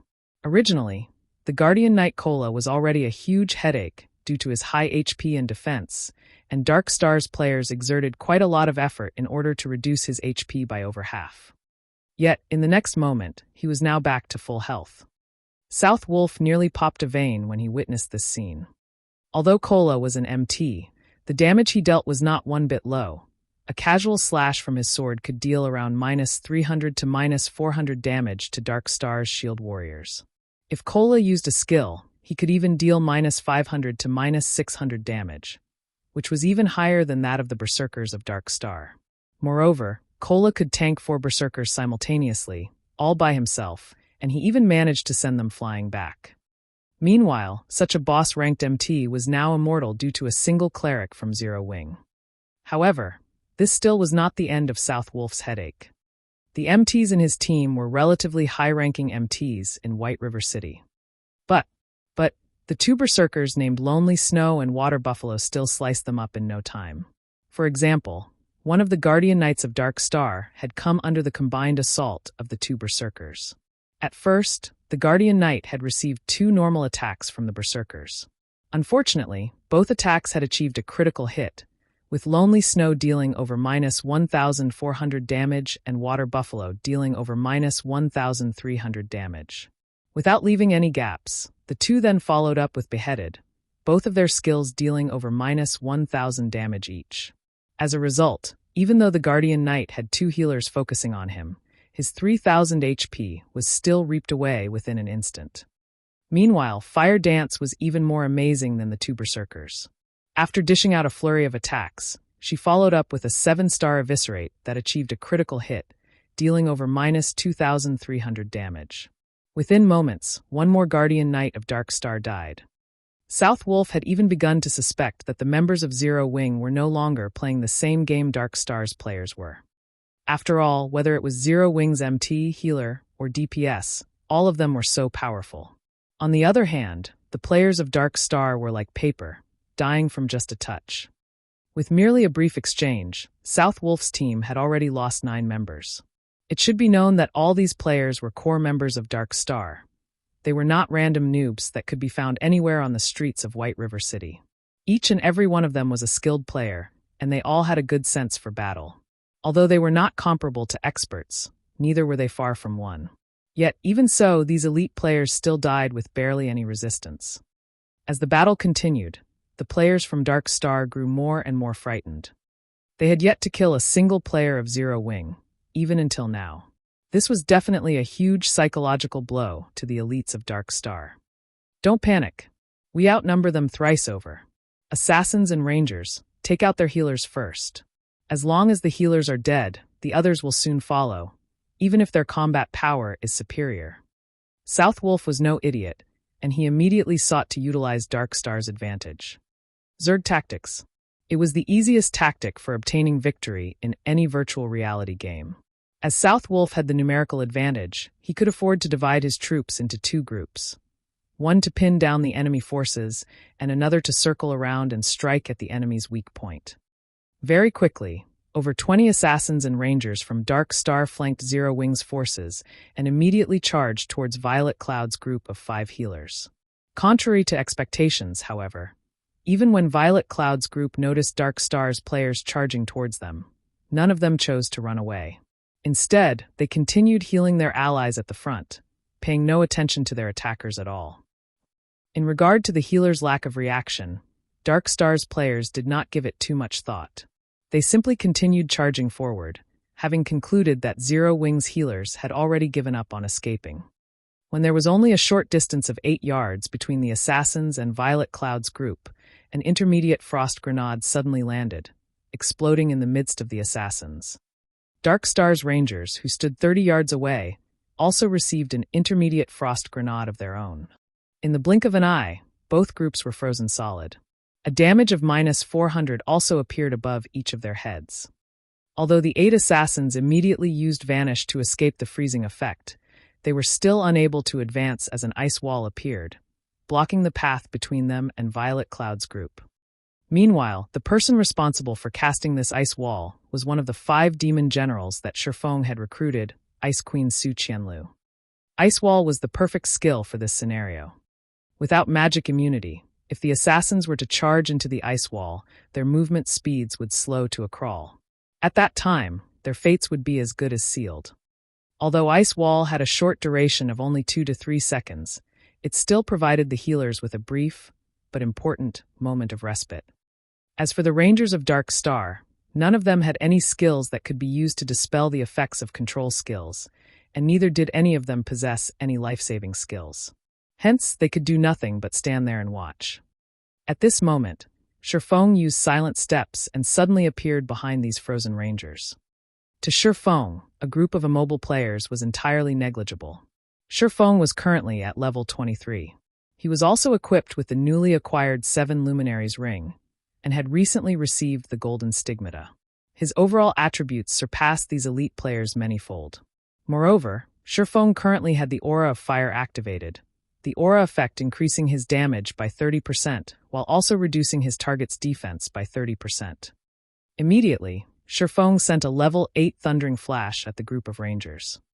Green arcs of lightning crackled as they instantly pierced the bodies of these rangers.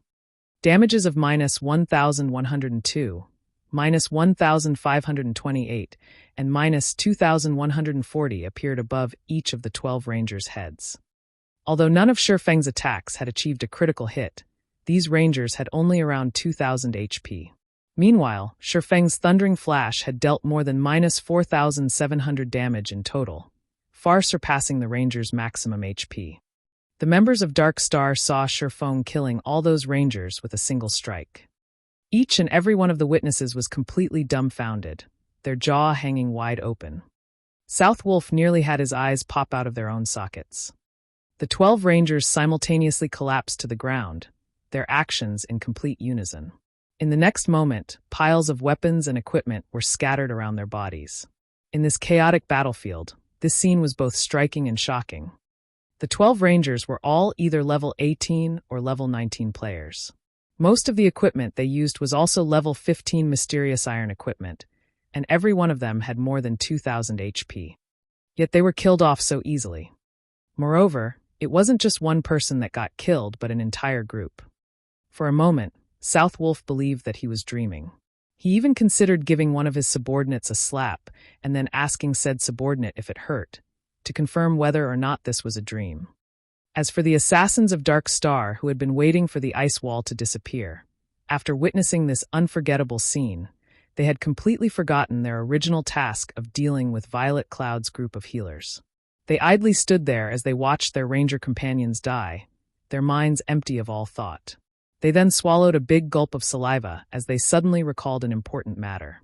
With the number of murders they had committed so far, if they died as well, not only would they lose 2 to 3 levels, they would even lose all the equipment on their bodies. Watching from a distance, Blackie was similarly astonished by the instant deaths of the 12 elite players. However, he had long since grown inured to Feng's horror-inducing feats, so he quickly regained his composure and threw a basic frost grenade at the still-dazed assassins of Dark Star, freezing them once more. This time, none of the assassins could use Vanish to remove the freezing effect on them. Hence, they could only obediently stay frozen. Following which, Blackie chanted an incantation and used Hell Flame. One could easily imagine the might of a Hell Flame that was powered by the epic-ranked staff Mavis's Guard. Damages of over -1,000 points immediately appeared above these assassins' heads, and within 3 seconds, all of these assassins turned into ashes, leaving behind a pile of shining weapons and equipment.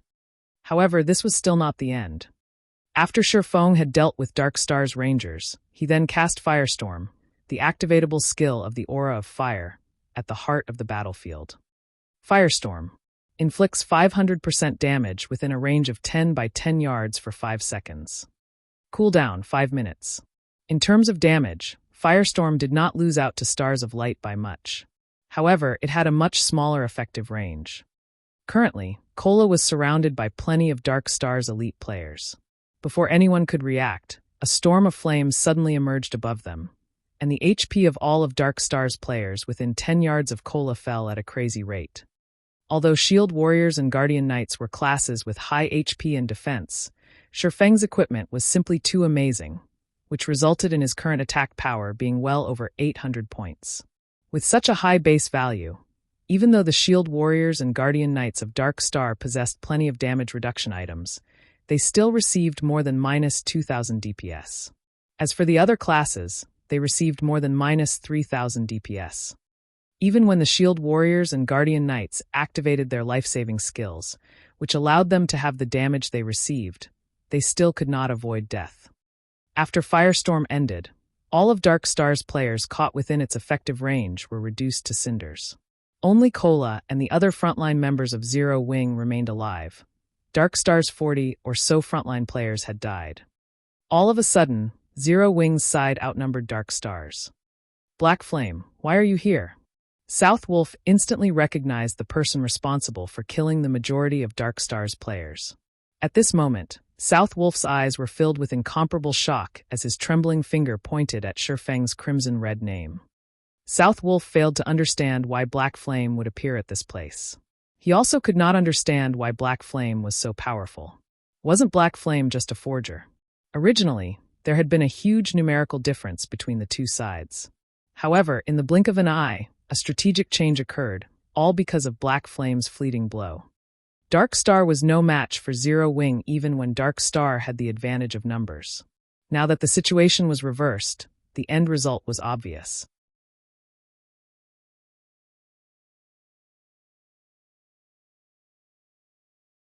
Chapter 311, Absolute Control. Watching up to this point, South Wolf knew that defeat was inevitable, though he was loath to admit it, and his heart was filled with indignation. Currently, his team had fewer than 30 players, and practically all of them were mages and healers. He alone was the only melee class alive. With such a team composition, Dark Star stood absolutely no chance against Zero Wing's core team, which currently consisted of over 30 players. The single sword strike Black Flame had displayed far exceeded South Wolf's imagination. Not only was Black Flame inconceivably fast, his grasp of his skills had also reached perfection, as shown by his single attack's impeccable coverage of all 12 rangers. Such a feat required one to possess excellent control over the skill itself and the angle of attack as well. South Wolf was no fool, and neither was he a greenhorn that had been playing virtual reality games for only 1 or 2 years. As a representative of Underworld, he had met with and recruited lots of gaming experts before. He had also participated in a considerable number of team battles, so his experience in the virtual gaming world was quite plentiful. Naturally, he understood the strategy Black Flame had used since the start of the battle. Black Flame made the Guardian Knights, Shield Warriors, and other plate armor classes charge forward to lure the members of Dark Star into gathering around them. The female cleric, Violet Cloud, was pivotal to this strategy. Although on the surface her healing ability was only double that of the healers of Dark Star, the effectiveness she displayed during the team battle far surpassed that of 3 or 4 healers combined. Violet Cloud had an excellent grasp of the battle situation. Not only could she keep Cola alive and well, she could also simultaneously stabilize several other players' HP throughout the battle.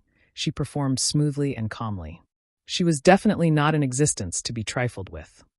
Originally, Zero Wing already had powerful experts like Fire Dance, the team leader of Zero Wing's core team, and Blackie, the #1 player on White River City's ranking list. Now, South Wolf suddenly discovered that Zero Wing possessed not only Fire Dance and Blackie, Cola and Violet Cloud were definitely first-rate experts as well. Everyone else in Zero Wing's core team were also all experts. Meanwhile, Black Flame, who had suddenly appeared, was even more terrifying. The strength he displayed far surpassed that of all those previously mentioned.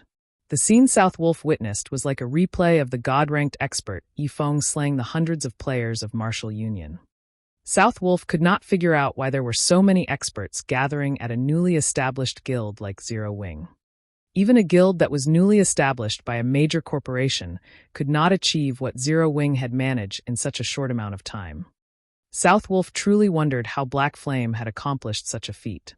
Although South Wolf was shocked by Black Flame's personal strength and by Blackie, who possessed a strategic-level skill that could affect the entire battlefield. Black Flame, you are indeed amazing. However, the entire Silverleaf Forest is already under Dark Star's control. Although your team of 30 or so players can easily defeat an elite team with more than 100 players, do you think you can do the same against 3,000 players? You have simply delayed the time of your demise. South Wolf laughed coldly as he looked at Feng, his current appearance making it seem as if he no longer cared about the many elite players that had died. Let's go. It will be their time of death when Guild Leader Tyrant arrives. Since his team was no match for Zero Wing, South Wolf naturally would not remain in this place and increase his losses. The fact that he had discovered Black Flame, Zero Wing's guild leader, here easily made up for the elite players he lost. After all, Black Flame's death would become a huge blow to Zero Wing's reputation and prestige in White River City. Coming and going as you wish, do you think the Silverleaf Forest is your house?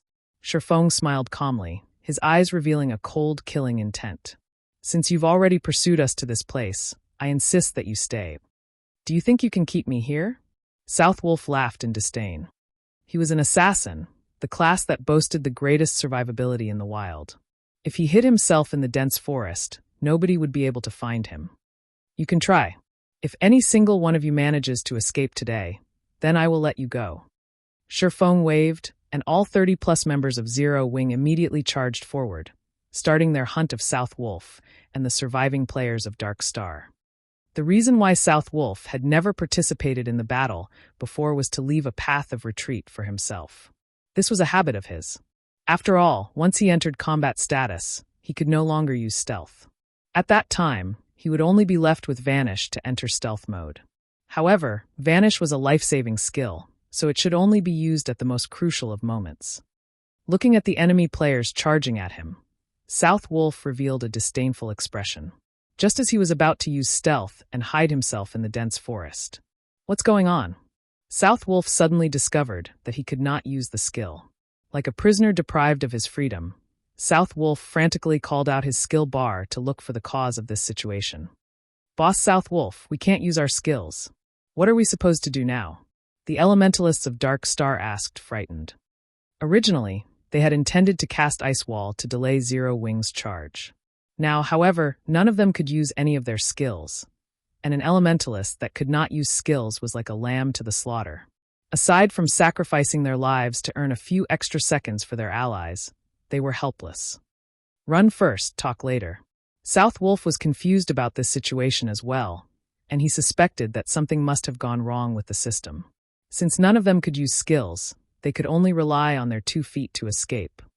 As an assassin, South Wolf had great confidence in his own speed. However, just as he was turning to escape, he suddenly discovered that his movement speed had been greatly reduced. Everyone else from Dark Star faced a similar situation as well. Just what is going on? South Wolf started panicking as the players of Zero Wing raced closer and closer to them.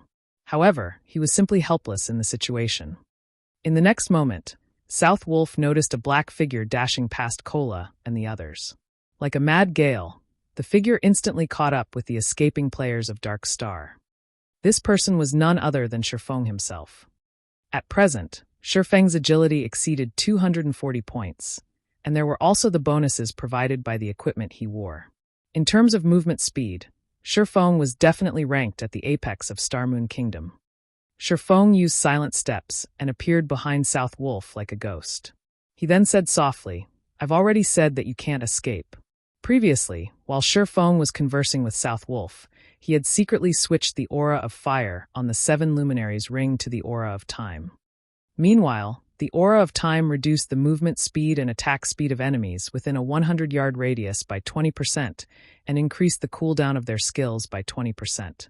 When its activatable skill, Absolute Time, was used, it would even prevent enemies within a range of 50 by 50 yards from using any skills or tools for 20 seconds. After Feng used absolute time to envelope this entire area, everybody from Dark Star could not use any skills or tools for 20 seconds. Dark Star's current surviving members mostly consisted of mages and healers, so this restriction had truly rendered them completely helpless. One could say that the moment South Wolf's team stepped into this region of the Silverleaf Forest, their lives passed into Feng's hands. Just what did he do? South Wolf's heart was filled with shock when he noticed Feng appearing behind him. Before South Wolf could even ponder on the subject, Feng's abyssal blade had already left its scabbard. Countless silver lights pierced the numerous vital points on South Wolf's body. South Wolf had only leather armor, so every one of Feng's attacks managed to cause over -500 damage, while critical hits dealt over -1000 damage. On the other hand, the mysterious iron-ranked chest piece South Wolf wore was like a piece of tofu. Not only was it easily pierced by Feng's abyssal blade, each attack it received greatly diminished the armor's durability. Just 3 strikes had nearly reduced it to scrap already. Feng's attacks were lightning fast, and he had brandished his sword 8 times in a single series. By the time South Wolf had recovered from shock, his 2,000+ HP was completely gone. Suddenly, South Wolf's field of vision turned gray, while his body fell to the ground involuntarily. Even as he died, shock and confusion still filled his face. As South Wolf had not participated in any of the battles so far, his name remained white all this time. After he died, only 1 piece of equipment dropped by his body. He also lost only a single level. However, were Feng's attacks as simple as they looked? The reason why Feng had chosen not to use any skills, and had instead carried out only normal attacks, was to destroy the equipment on South Wolf's body. When South Wolf died, nearly half of the equipment on his body had already turned to scrap. Now that he had dropped yet another piece of equipment, he had definitely suffered heavy losses.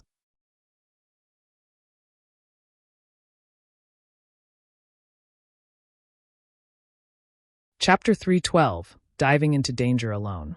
After South Wolf died, the members of Dark Star were like headless flies. Frightened and scared, they fled in all directions.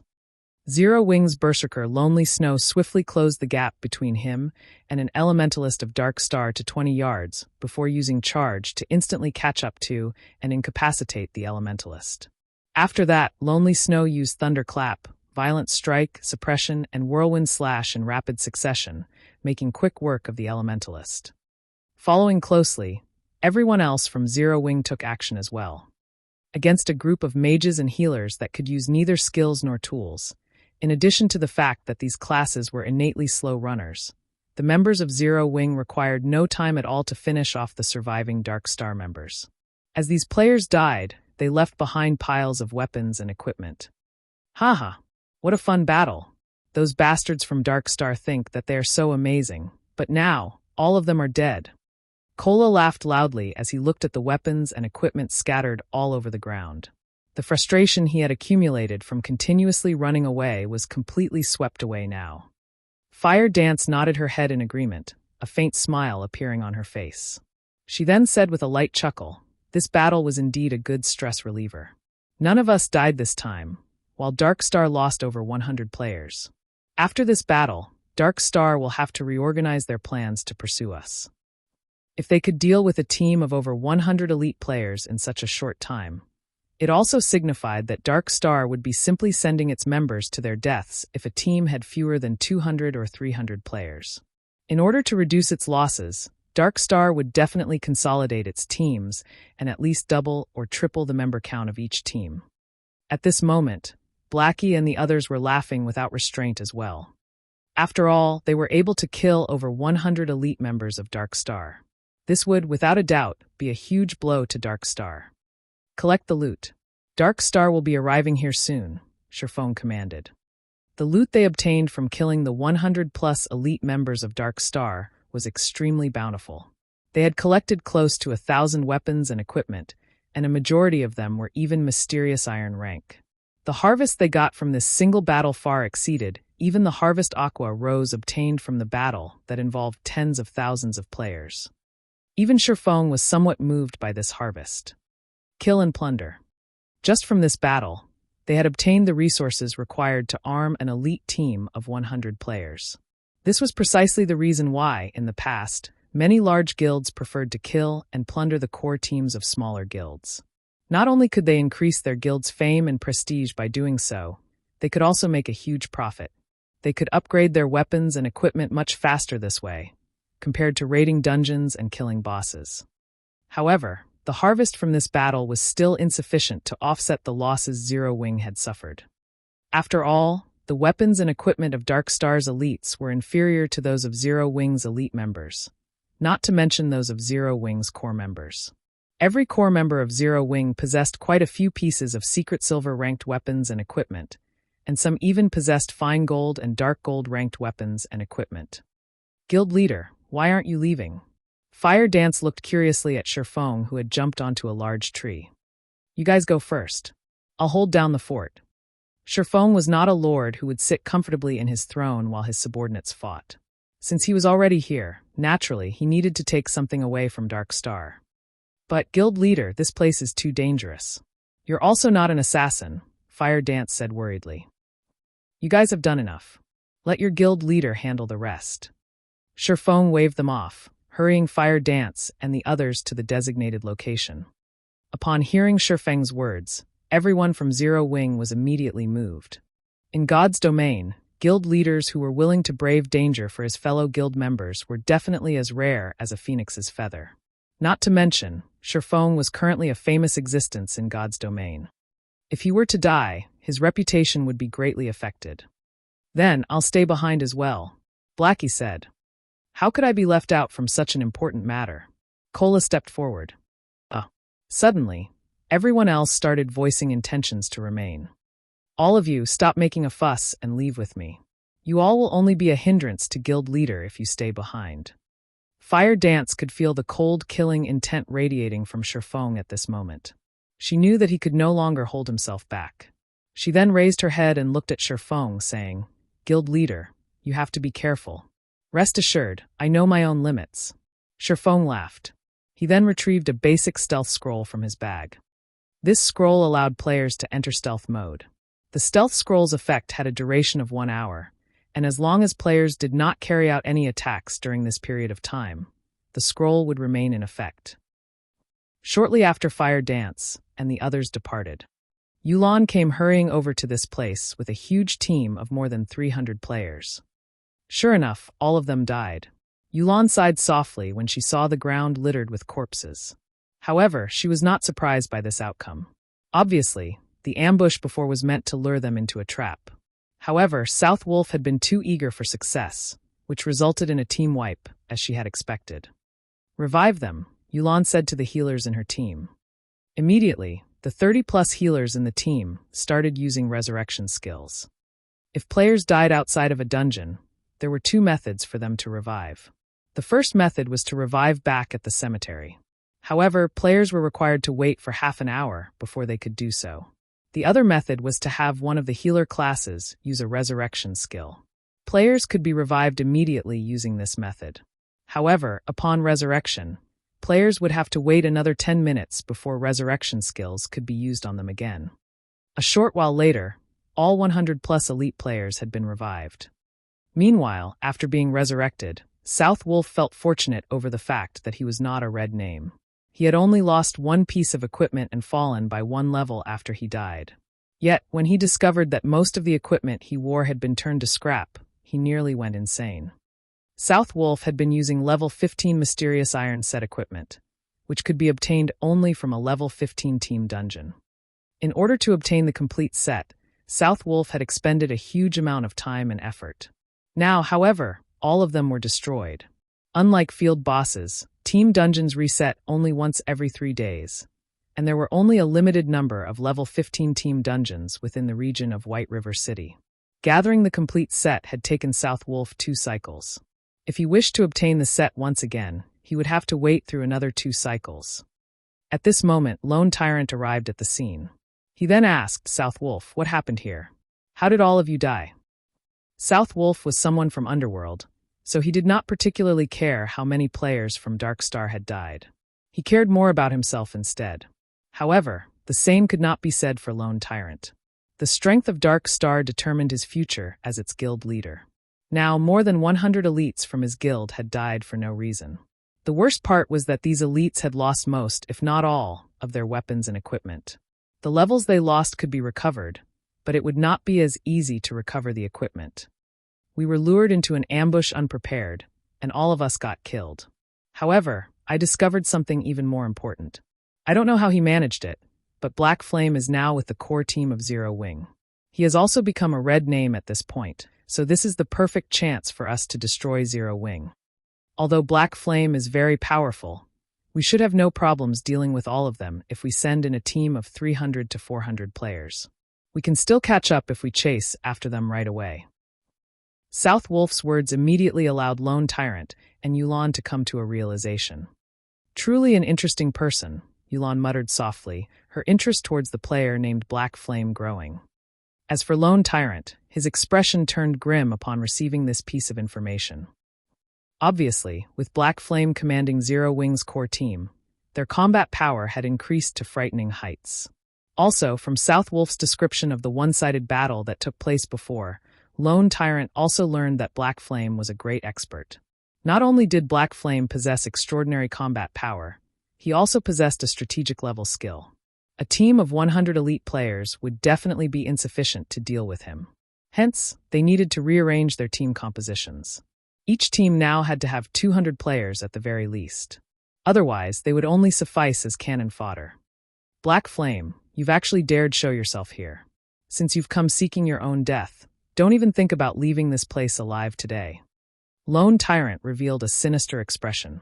He inwardly mocked Feng for his foolish actions. In order to save Zero Wing's core team, Feng had actually disregarded the dangers and barged into Lone Tyrant's domain. Feng must not know how to write the word death.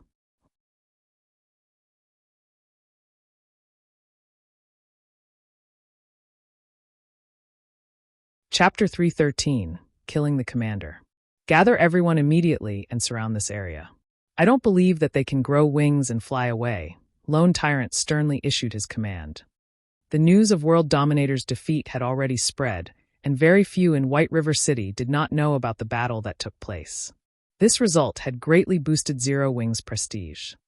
If Dark Star could get rid of not only Zero Wing's core team, but Zero Wing's guild leader, Black Flame, also, then they could destroy the fame that Zero Wing had accumulated up until this point. At that time, Dark Star would also garner fame themselves, killing two birds with one stone. Naturally, Lone Tyrant would not let go of such a valuable opportunity. Immediately, everyone from Dark Star started moving. Previously, they had tried to cover too large an area in their search. Now that Feng and the core team of Zero Wing had exposed themselves, Lone Tyrant quickly concentrated their hunt. Soon, more and more Dark Star members gathered at the stated location in the dense forest. Feng, who remained hidden in a tree, did not panic at this situation. Instead, he continued to wait for all the members of Dark Star to arrive. Come. The more, the merrier. Feng inwardly chuckled as he saw that the number of players gathered had already exceeded 1,000. Before the battle even started, Feng had already considered the consequences. If he had not come fully prepared, he would not have allowed Fire Dance and the others to obliterate South Wolf's team of elites. Guild leader, our members have surrounded this part of the forest. As long as any Zero Wing's members show themselves, it will be their death, a ranger reported as he walked up to Lone Tyrant. Good. Start shrinking the encirclement. Lone Tyrant laughed satisfyingly. He then looked towards Ming Sha, the team leader of the Underworld Guards, and respectfully said, "In a moment, we will have to rely on Brother Ming Sha and your men to take care of the experts from Zero Wing. Rest assured, young Master Feng sent us to deal with Fire Dance and her team of experts. Although there is now an additional Black Flame added to the equation, the Underworld Guards can resolve this solution all the same. We won't let any of them escape," Ming Sha replied and nodded his head. In order to extinguish Zero Wing's core team, Feng Xianyang had specifically sent a team of Underworld Guards to assist Dark Star. Feng Xianyang had gone all out on this hunt. Every Underworld Guard was an expert that Underworld had spent many years searching for to recruit.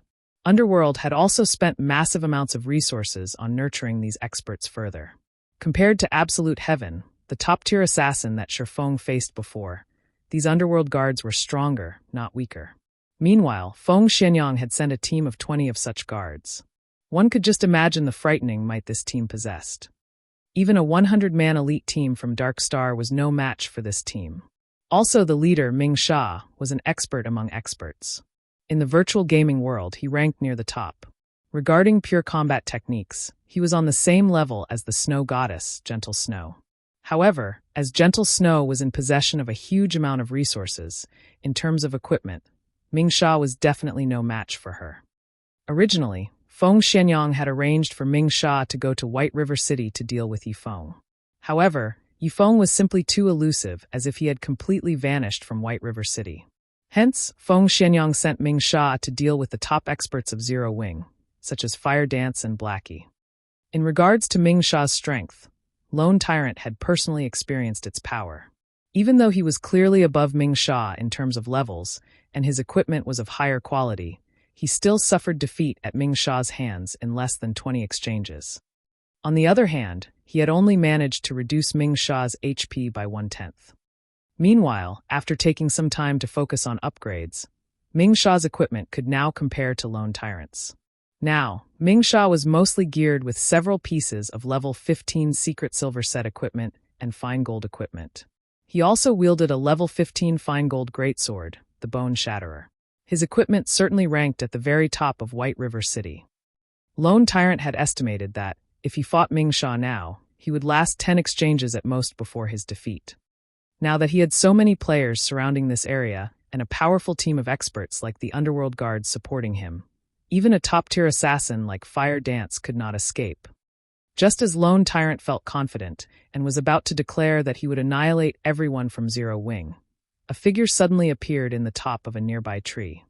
Someone's there. Ming Sha, who possessed acute senses, immediately discovered the figure. As Ming Sha turned his sights to the intruder, everyone similarly followed his line of sight. Indeed, in the top of the tree, they discovered a person quietly watching them. Black Flame. South Wolf immediately recognized the figure, his eyes burning with rage as he revealed this person's identity. At South Wolf's reminder, everyone finally realized Feng's identity. After all, Black Flame had always been a mysterious existence, and most players had never actually seen Black Flame before. Now that this intruder had revealed himself, everyone from Dark Star discovered that Black Flame was just an ordinary-looking, middle-aged man. He did not even possess the type of aura that a guild leader should have. No matter how they looked at him, he was only an ordinary man. So, it is Guild Leader Black Flame. I didn't expect you to show yourself here. Since you have refused to walk the path towards heaven and have instead barged your way down to hell, today will be the day that you die. Lone Tyrant laughed coldly. He then commanded, everyone kill him. Immediately, over 1,000 players from Dark Star surrounded and charged at Feng.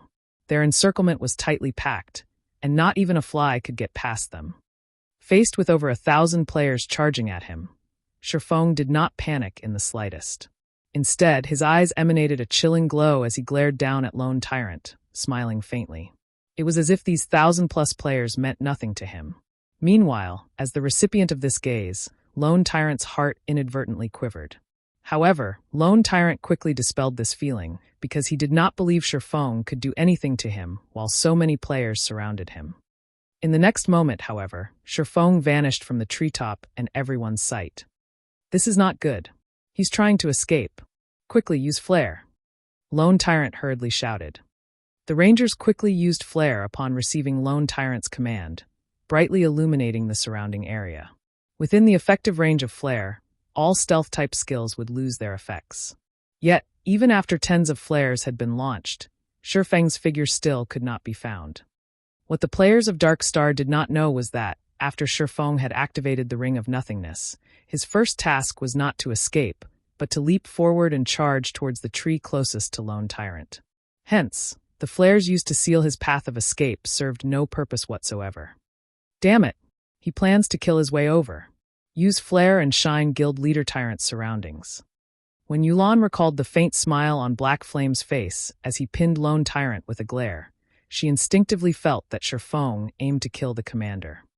Only by doing could Feng possibly redeem Zero Wing's fame and prestige. At that time, even if Dark Star managed to annihilate Zero Wing's core team, it would not damage Zero Wing's reputation if Lone Tyrant, Dark Star's guild leader, died at Black Flame's hands. After all, even though Zero Wing only had tens of players on their side, they would still have managed to kill Dark Star's guild leader while under the protection of over 1,000 players. At that time, Dark Star would be the one suffering humiliation. Why are you all still daydreaming? Move! Yulan angrily shouted when she noticed that none of Dark Star's rangers had reacted. However, Yulan suddenly felt that something was amiss. Instead of looking towards the outskirts of the encirclement, all of these rangers stared at the space above her. Immediately, Yulan raised her head, discovering a figure falling towards her, and this figure was none other than Feng himself. Panic surfaced on Lone Tyrant's face. He never imagined that Feng would be so suicidal as to come for his life. Black Flame, if you wish to die, then I'll grant your wish. The corners of Lone Tyrant's mouth raised slightly. He then picked up his shield and sword, fully prepared to guard against Feng's attack. What amazing courage! Ming Sha, who stood by Lone Tyrant's side, brimmed with fighting spirit right now, his eyes glowing as he watched Feng fall. He then retrieved the bone shatterer from his back and stood in front of Lone Tyrant, acting like a highly defensive wall. Ming Sha secretly admired Feng's performance, and he deeply wished he that could properly exchange blows with this man. However, responsibilities came first, so he had no choice but to get rid of Feng. Even with Ming Sha protecting Lone Tyrant, Yulan still felt that something was off. After all, why would an intelligent and resourceful man like Black Flame carry out such a reckless action? As insurance, Yulan hurriedly commanded, Guardian Knights, use Protection Blessing on Guild Leader Tyrant. All healers focus on healing Guild Leader Tyrant as well. Do not let Black Flame succeed.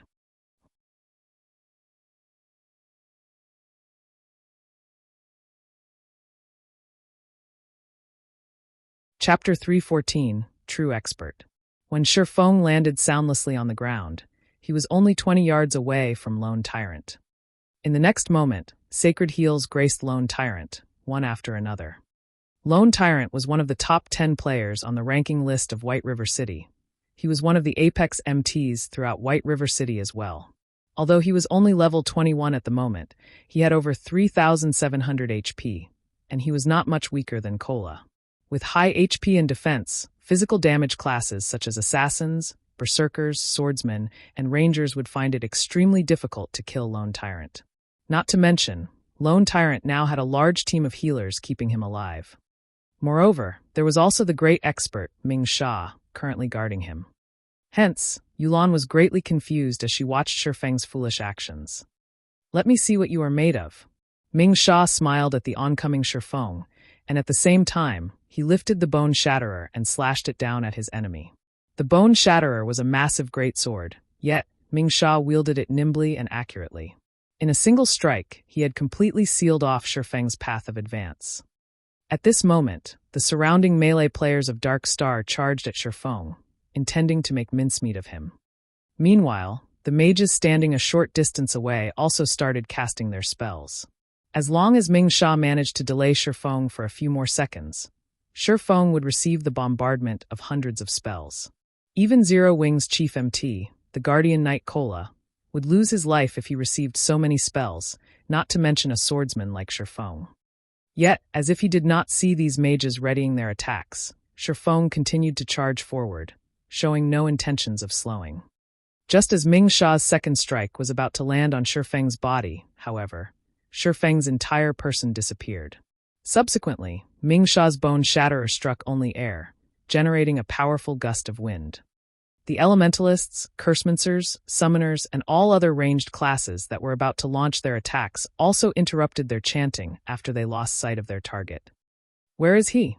When Ming Sha failed to find Feng in front of him, he could not help but examine his surroundings. Suddenly, Ming Sha felt a chilling intent coming from behind him. Spinning around, he discovered that, just like a ghost, Feng had soundlessly appeared behind Lone Tyrant. If not for his acute senses, he would not have detected Feng's presence at all. After Feng used silent steps to appear behind Lone Tyrant, he immediately activated Absolute Time.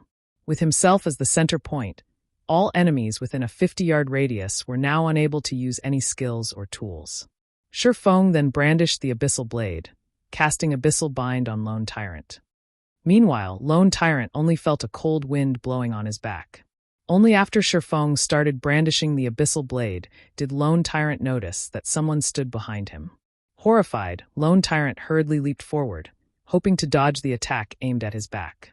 As insurance, Lone Tyrant even intended to cast Protection Blessing on himself.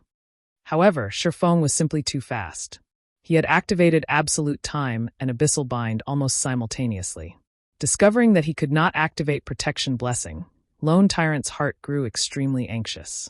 In the next instant, 9 pitch-black chains bound his body, preventing him from moving even an inch. Meanwhile, the healers standing in the distance could only watch this scene play out. With their skills locked, the most they could do was provide moral support. Damn. Seeing that Feng was the only person standing close to Lone Tyrant, Mingsha realized that he had been tricked. Feng had deceived him into leaving Lone Tyrant's side.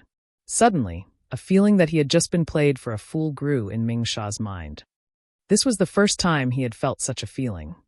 Lone Tyrant was bound and completely unguarded right now. He was unable to resist in the slightest. If he, Mingsha, had stayed by Lone Tyrant's side, even if Lone Tyrant were bound, he could have still helped defend against attacks. Now, however, he was almost a full 10 yards away from Lone Tyrant. If this were any other day, he could have closed the distance between them using the charge he had specifically reserved. Now, however, none of his skills would work. Even if he wanted to save Lone Tyrant, he was powerless to do so. However, he only needed around 2 seconds to close a distance of 10 yards. As long as Lone Tyrant could survive that long, Mingsha was confident in stopping Feng, preventing Feng from dealing any more damage to Lone Tyrant. Naturally, Lone Tyrant had considered this as well. Hence, even when faced with Feng's Abyssal Blade and Purgatory's Shadow, he still revealed his confidence as if saying, "What can you do to me?" He was a Guardian Knight who possessed 3,700 HP. It was simply impossible for Feng to kill him in 2 short seconds. Unfortunately, reality had cruelly slapped Lone Tyrant in the face. When Feng's chop landed on Lone Tyrant, who now had his defense reduced by 100% due to the effects of the Abyssal Bind, a frightening damage of -1,500 appeared above Lone Tyrant's head. This single slash had erased Lone Tyrant's confidence. Now, an expression of fear decorated Lone Tyrant's face instead. Immediately, Lone Tyrant struggled to escape Abyssal Bind. However, no matter how much energy he expended, the bone-chilling chains remain unperturbed. This was the first time Lone Tyrant had felt so powerless. He had over 1,000 subordinates and a team of experts protecting him. Yet, Feng regarded them all as nothing. Now he could not even resist while Feng arbitrarily slaughtered him. Feng lifted the Abyssal Blade high. In the next moment, the Abyssal Blade, which was covered in green arcs of lightning, descended, and 3 arcs of lightning penetrated Lone Tyrant's body. -984, -1,370, -1892. After Thundering Flash ended, Lone Tyrant's body fell to the ground. From beginning to end, Feng had only used 2 moves to finish off Lone Tyrant, and the time he spent doing so had not exceeded 1 second. Feng's attack power thoroughly shocked everyone from Dark Star. Feng's performance was simply stunning. Even when faced with over 1,000 elites from Dark Star, he managed to kill Dark Star's guild leader, Lone Tyrant. Mingsha was also stunned by this scene. He had never imagined that Lone Tyrant would die so quickly under Feng's assault. "Everybody get him. No matter what, do not let him escape." Mingsha bellowed as he felt unprecedented humiliation. After finishing off Lone Tyrant, Feng sent a chilling gaze to his surroundings. Those who received his gaze inadvertently halted their steps, and none dared to look Feng in the eyes.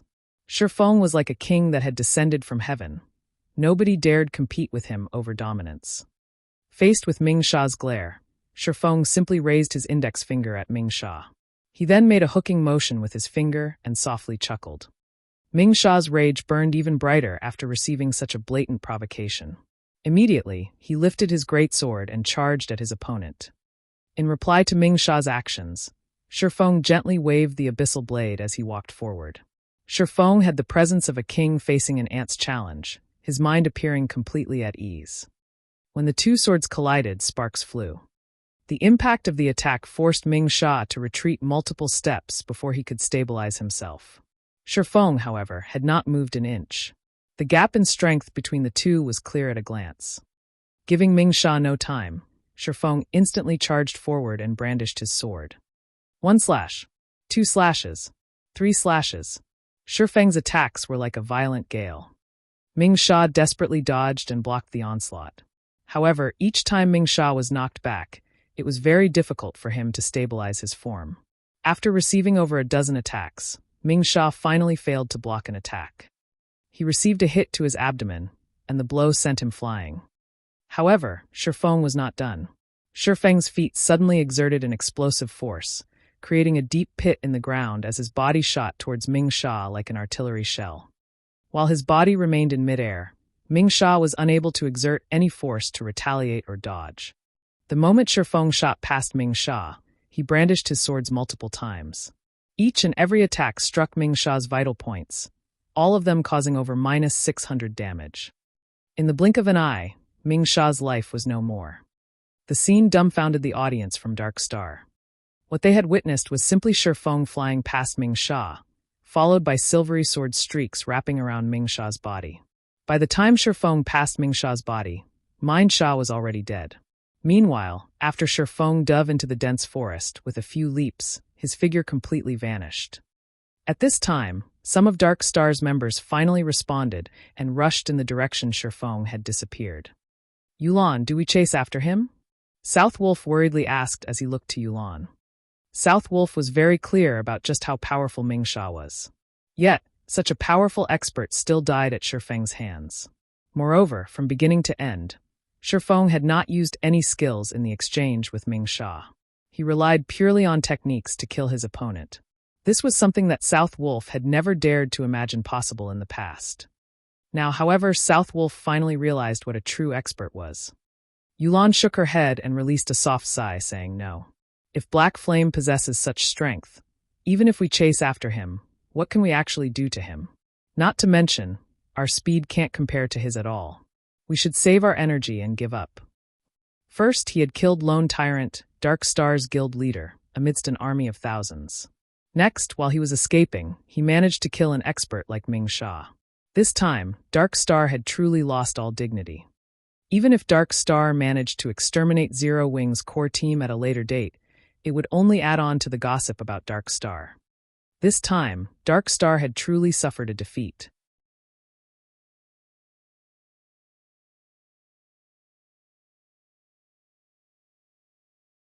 Chapter 315, Breaking Past the Encirclement. Are we giving up just like that? South Wolf still held some resentment in his heart. After all, Feng had killed him once before. Then what do you propose? Yulan revealed a calm smile. She then pointed towards the direction of the silverleaf forest in which Feng had disappeared, saying, "If you aren't satisfied, be my guest. However, you have already fully experienced Black Flame's horrifying might. Under that complete silencing skill, he can easily kill whoever he wants. As long as the cooldown for that skill refreshes, he might turn around and start another massacre. At that time, the first target he'll go after will be you." When South Wolf heard her reasoning, cold sweat permeated his forehead as he recalled the scene of Feng killing Ming Sha before escaping. Even until now, fear lingered within him. But how should we explain things to young Master Feng? Although South Wolf feared Feng Xianyang was not someone he could afford to provoke. "I'll deal with young Master Feng. Today, we experience Black Flame's true strength, so consider it a great harvest. As for the other matters, let's leave those to Guild Leader Tyrant to deal with," Yulan said as she revealed a mysterious smile. She then turned around and left. Feeling helpless, South Wolf sighed and departed with Yulan. Now that both Lone Tyrant and Ming Sha had died, what could he, South Wolf, possibly do? Moreover, his main task for today was to show Yulan around the guild and allow her to assess the situation at Dark Star. Hunting Zero Wing was a side task. At a lake nestled in the Silverleaf Forest, Fire Dance and the other core members of Zero Wing had been waiting for a long time now. However, even after so much time had passed, Feng had yet to show up, causing them all to grow slightly anxious. Sister Fire Dance, guild leader, still hasn't shown up yet. Why don't we check on him? One of the 5 demon generals, the assassin, Flying Shadow, asked. In the past, Flying Shadow had been a solitary person.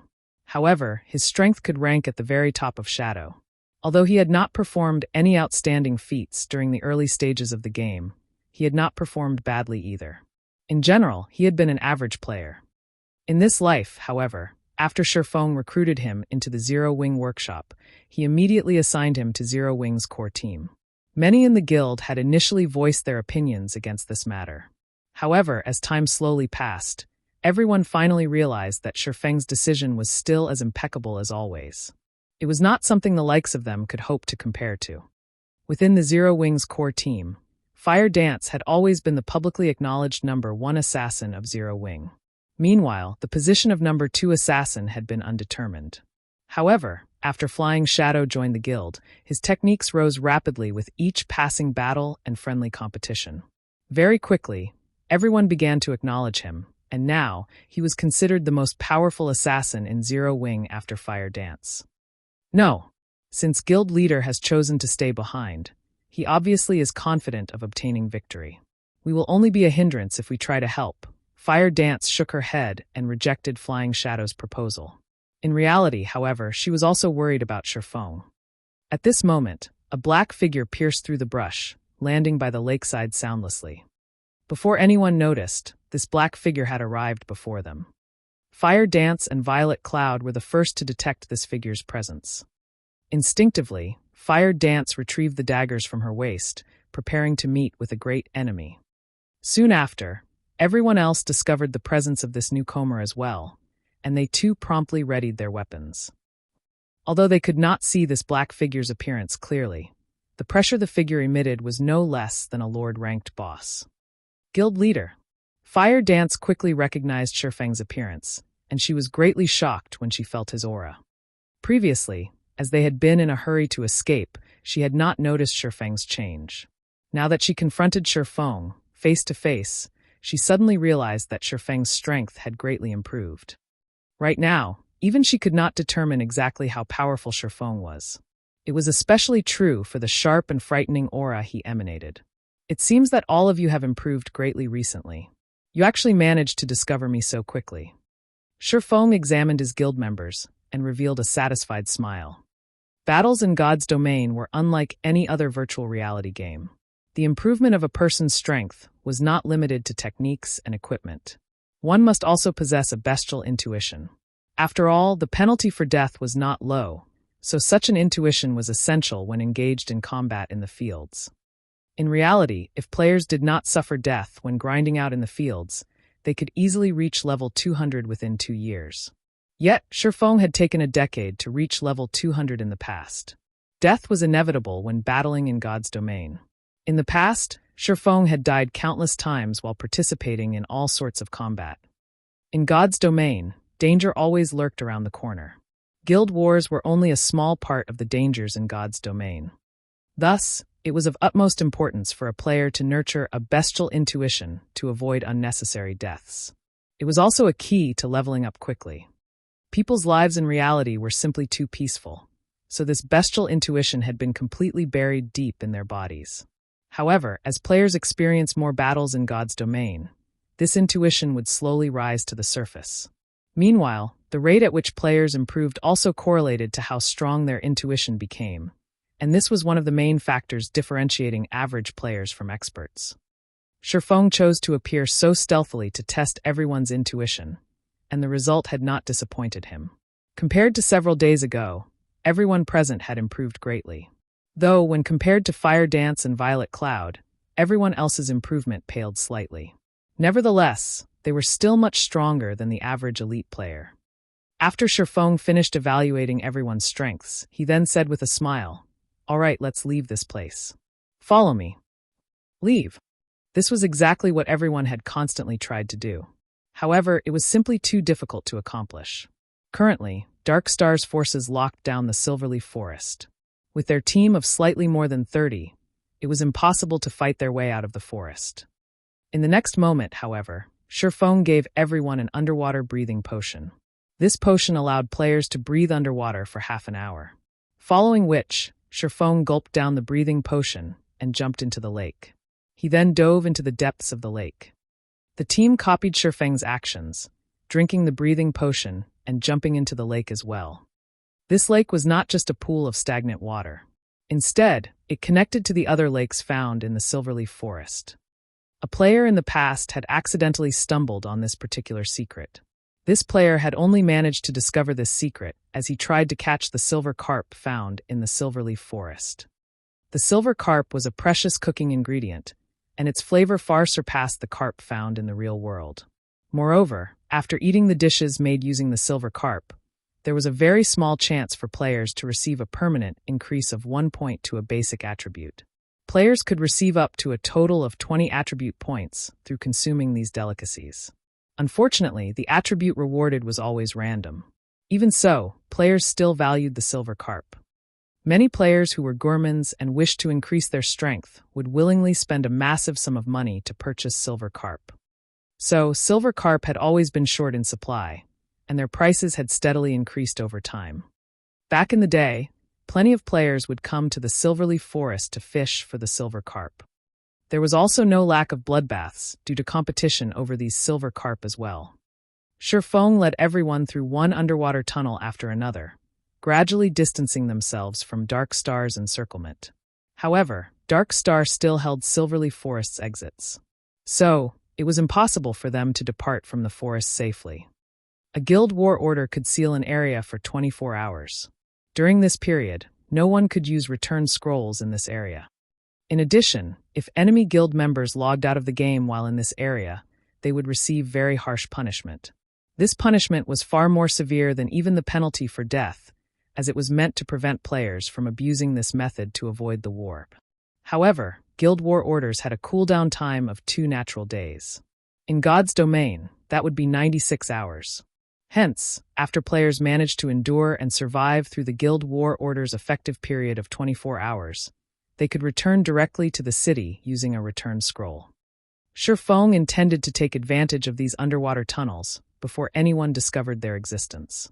By doing so, they could escape Dark Star's surveillance and wait out the seal of the Guild War Order. Dark Star had a lot of members inside the Silverleaf Forest. However, due to Feng's group killing one of their teams, which had consisted of over 100 elite players, in addition to Feng's impossible feat of killing both Lone Tyrant and Ming Sha amidst the encirclement of over 1,000 players, Dark Star no longer dared spread their forces too thin. They even called for more reinforcements to the Silverleaf Forest. Yet, even after thoroughly searching the area where the previous battle took place, they still could not manage to locate any traces of Feng and the others. Time passed little by little.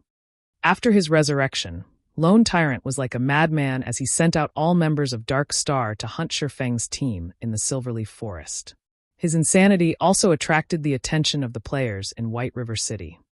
Why was Dark Star sending even more players to the Silverleaf Forest? Were the thousands of players they had sent there before not enough to deal with the core members of Zero Wing? At this time, a new post from Black Flame appeared on the forums, and within the post there was a video. This video bore the title, Dark Star's Guild Leader, Lone Tyrant's Death.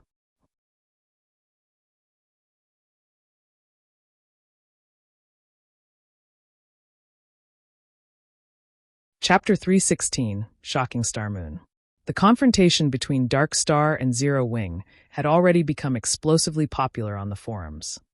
Previously, using the name Black Flame, Feng had declared that he would exact vengeance against Dark Star. In response, those who knew of Dark Star's strength were not optimistic about Zero Wing's chances of success. After all, everyone knew that Zero Wing had only recently established. It did not possess a significant background. However, Zero Wing was still the first guild in Starmoon Kingdom to possess a guild residence, so most considered it to have great potential. If it spent a few more months developing, it might become an existence that surpassed even Dark Star. At the moment, though, it was simply too early for Zero Wing to go against Dark Star. Yet, sometime later, such remarks about Zero Wing completely disappeared. World Dominator's veteran first-rate guild had actually suffered defeat.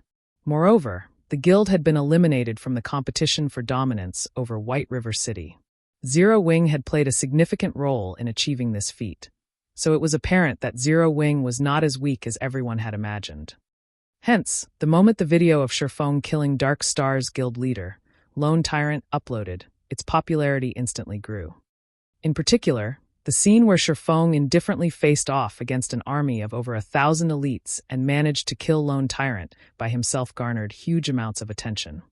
Feng's actions made it seem as if killing the enemy commander while surrounded by an army as simple as taking something out of his pockets. A scene that was only possible in storybooks had actually occurred in reality. In the face of Feng, the guild leader of Dark Star was like a little kid. Even as Lone Tyrant died, he had not offered the least bit of resistance. On the other hand, just a glance from Feng caused the thousands of players of Dark Star to freeze in fright. At that time, Feng was like a king. Before him, everybody else could only submit. Also, the scene in which Feng killed Ming Sha as he departed was even more amazing. Anybody could tell at a glance that the berserker, Ming Sha, was not just an ordinary expert. Yet, even so, Feng killed him effortlessly. However, this did not mean that Ming Sha was weak. Instead, Feng was simply too strong. This black flame is too powerful. With his skills, he can rank on the God's Domain Experts list. Not likely. That's the God's Domain Experts list you're talking about. The Secret Pavilion has collected information on all experts in God's Domain to compile that list, and the God's Domain Experts that rank on it are all monsters. Previously, even though the God-ranked expert Feng had killed over 100 players all by himself, he still failed to earn a spot on that list. The Secret Pavilion was famous in the virtual gaming world, and one could find the Secret Pavilion's presence in practically every virtual reality game available. The experts list compiled by the Secret Pavilion was also well received by many players. After all, by browsing through the experts list, one could easily find information such as the major events that had occurred in God's domain, what kind of experts were present in the game, who the #1 player was, and more. Players had no need to go through the trouble of searching for such information through the official forums. Any player who managed to earn a place on the experts list was a target for recruitment of all of the major workshops in the gaming industry.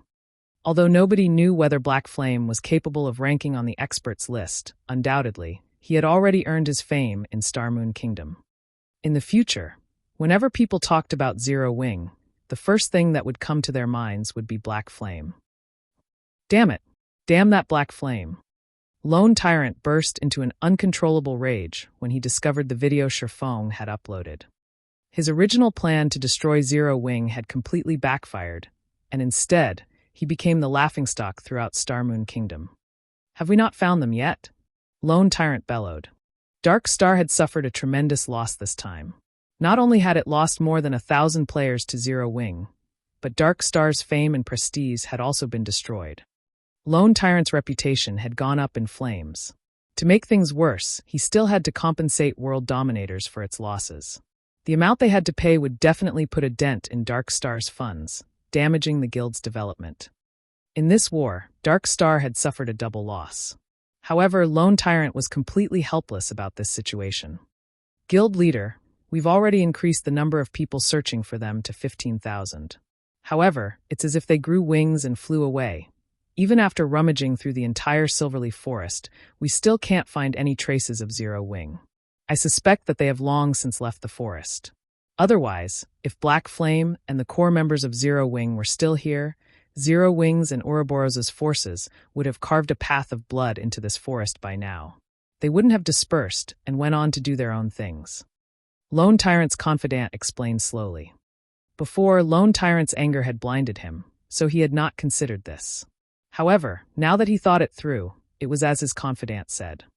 If Black Flame, Zero Wing's guild leader, were still trapped deep in his enemy's territory, how could the other members of his guild possibly sit and do nothing? They would have charged forward in desperation. If Zero Wing had joined hands with Ouroboros, based on Dark Star's strength, Dark Star would have no choice but to back off. Yet, Zero Wing had not done so. Even the reinforcements Lone Tyrant had called in from White River City received no obstruction whatsoever from the other guild. Based on Zero Wing's inaction, one could conclude that Black Flame had indeed already left the Silverleaf Forest. Damn that Black Flame! We've wasted so much time and manpower. Lone Tyrant's eyes burned with anger. However, he was simply helpless against Zero Wing. It was no longer possible to deal with their enemy now. Previously, he had the help of World Dominators to hinder Ouroboros. Now that World Dominators was out of the competition, if Dark Star wished to deal with Zero Wing, it would have to fight both Zero Wing and Ouroboros simultaneously. Even with Underworld's support, it was still not an opponent for these two guilds. Suddenly, Lone Tyrant seemed to age by several years. Pass on my command. Everybody is dismissed. Those who should rest, rest. Those who wish to level up, go level up. As for the rewards and compensations, I will issue those later. After Lone Tyrant finished speaking, as if all the strength in his body drained away, his entire person became powerless. Soon after, everyone from Dark Star departed from the Silverleaf Forest, one after another. As for the seal of Guild War Order, that, too, had dissipated. When the thousands of players from Dark Star hunted Feng's group, having nothing better to do, Feng and the others had spent their time searching for silver carp at a lake. Currently, nobody that knew how precious silver carp were. Moreover, now that the underwater areas of the Silverleaf Forest had yet to develop, one could find a large number of silver carp in the lakes in the area. Even in the very beginning, each silver carp sold for 20 silver coins. Presently, 20 silver was worth 3,000 credits. It could compare to the monthly salaries of white-collared workers. By the time everybody discovered the silver carp's value, its price had soared from the initial 20 silver coins to 2 gold coins. To an average player, such an amount was a fortune. During the several hours Dark Star had hunted them, Feng and the others had managed to catch over 20 silver carp. They even discovered multiple treasure chests. Although they were only bronze and mysterious iron rank, it was still a considerable harvest. Guild leader, as you predicted, Dark Star has released the seal on the Silverleaf Forest, Fire Dance reported excitedly. Although everything had gone according to Feng's plan, when everyone witnessed the area's seal lifting so quickly, they could not help their astonishment. It was as if everything was within Feng's grasp. That's that. However, we are now red players. If we aren't nobles of White River City, we won't have any way to enter the city safely. Most of us are already level 20, so if we wish to upgrade ourselves further, we need to complete our class change. Let's first wash away our red names. Otherwise, we can't enter White River City to accept our class change quest. Feng was not particularly surprised about the seal on the Silverleaf Forest releasing. After spending so much time and manpower, Dark Star had still failed to locate any of them. As long as Lone Tyrant was not an idiot, he would definitely stop searching for them like a fool. You're tuning in to the Blee Maze Sword of Destiny YouTube channel. We're so grateful for your support, and don't forget to subscribe to join us on this incredible journey through captivating stories. Your generosity through donations truly makes a world of difference, as it's the primary source of revenue that allows me to expand and enhance this channel for you. Thank you from the bottom of my heart for being a part of this adventure.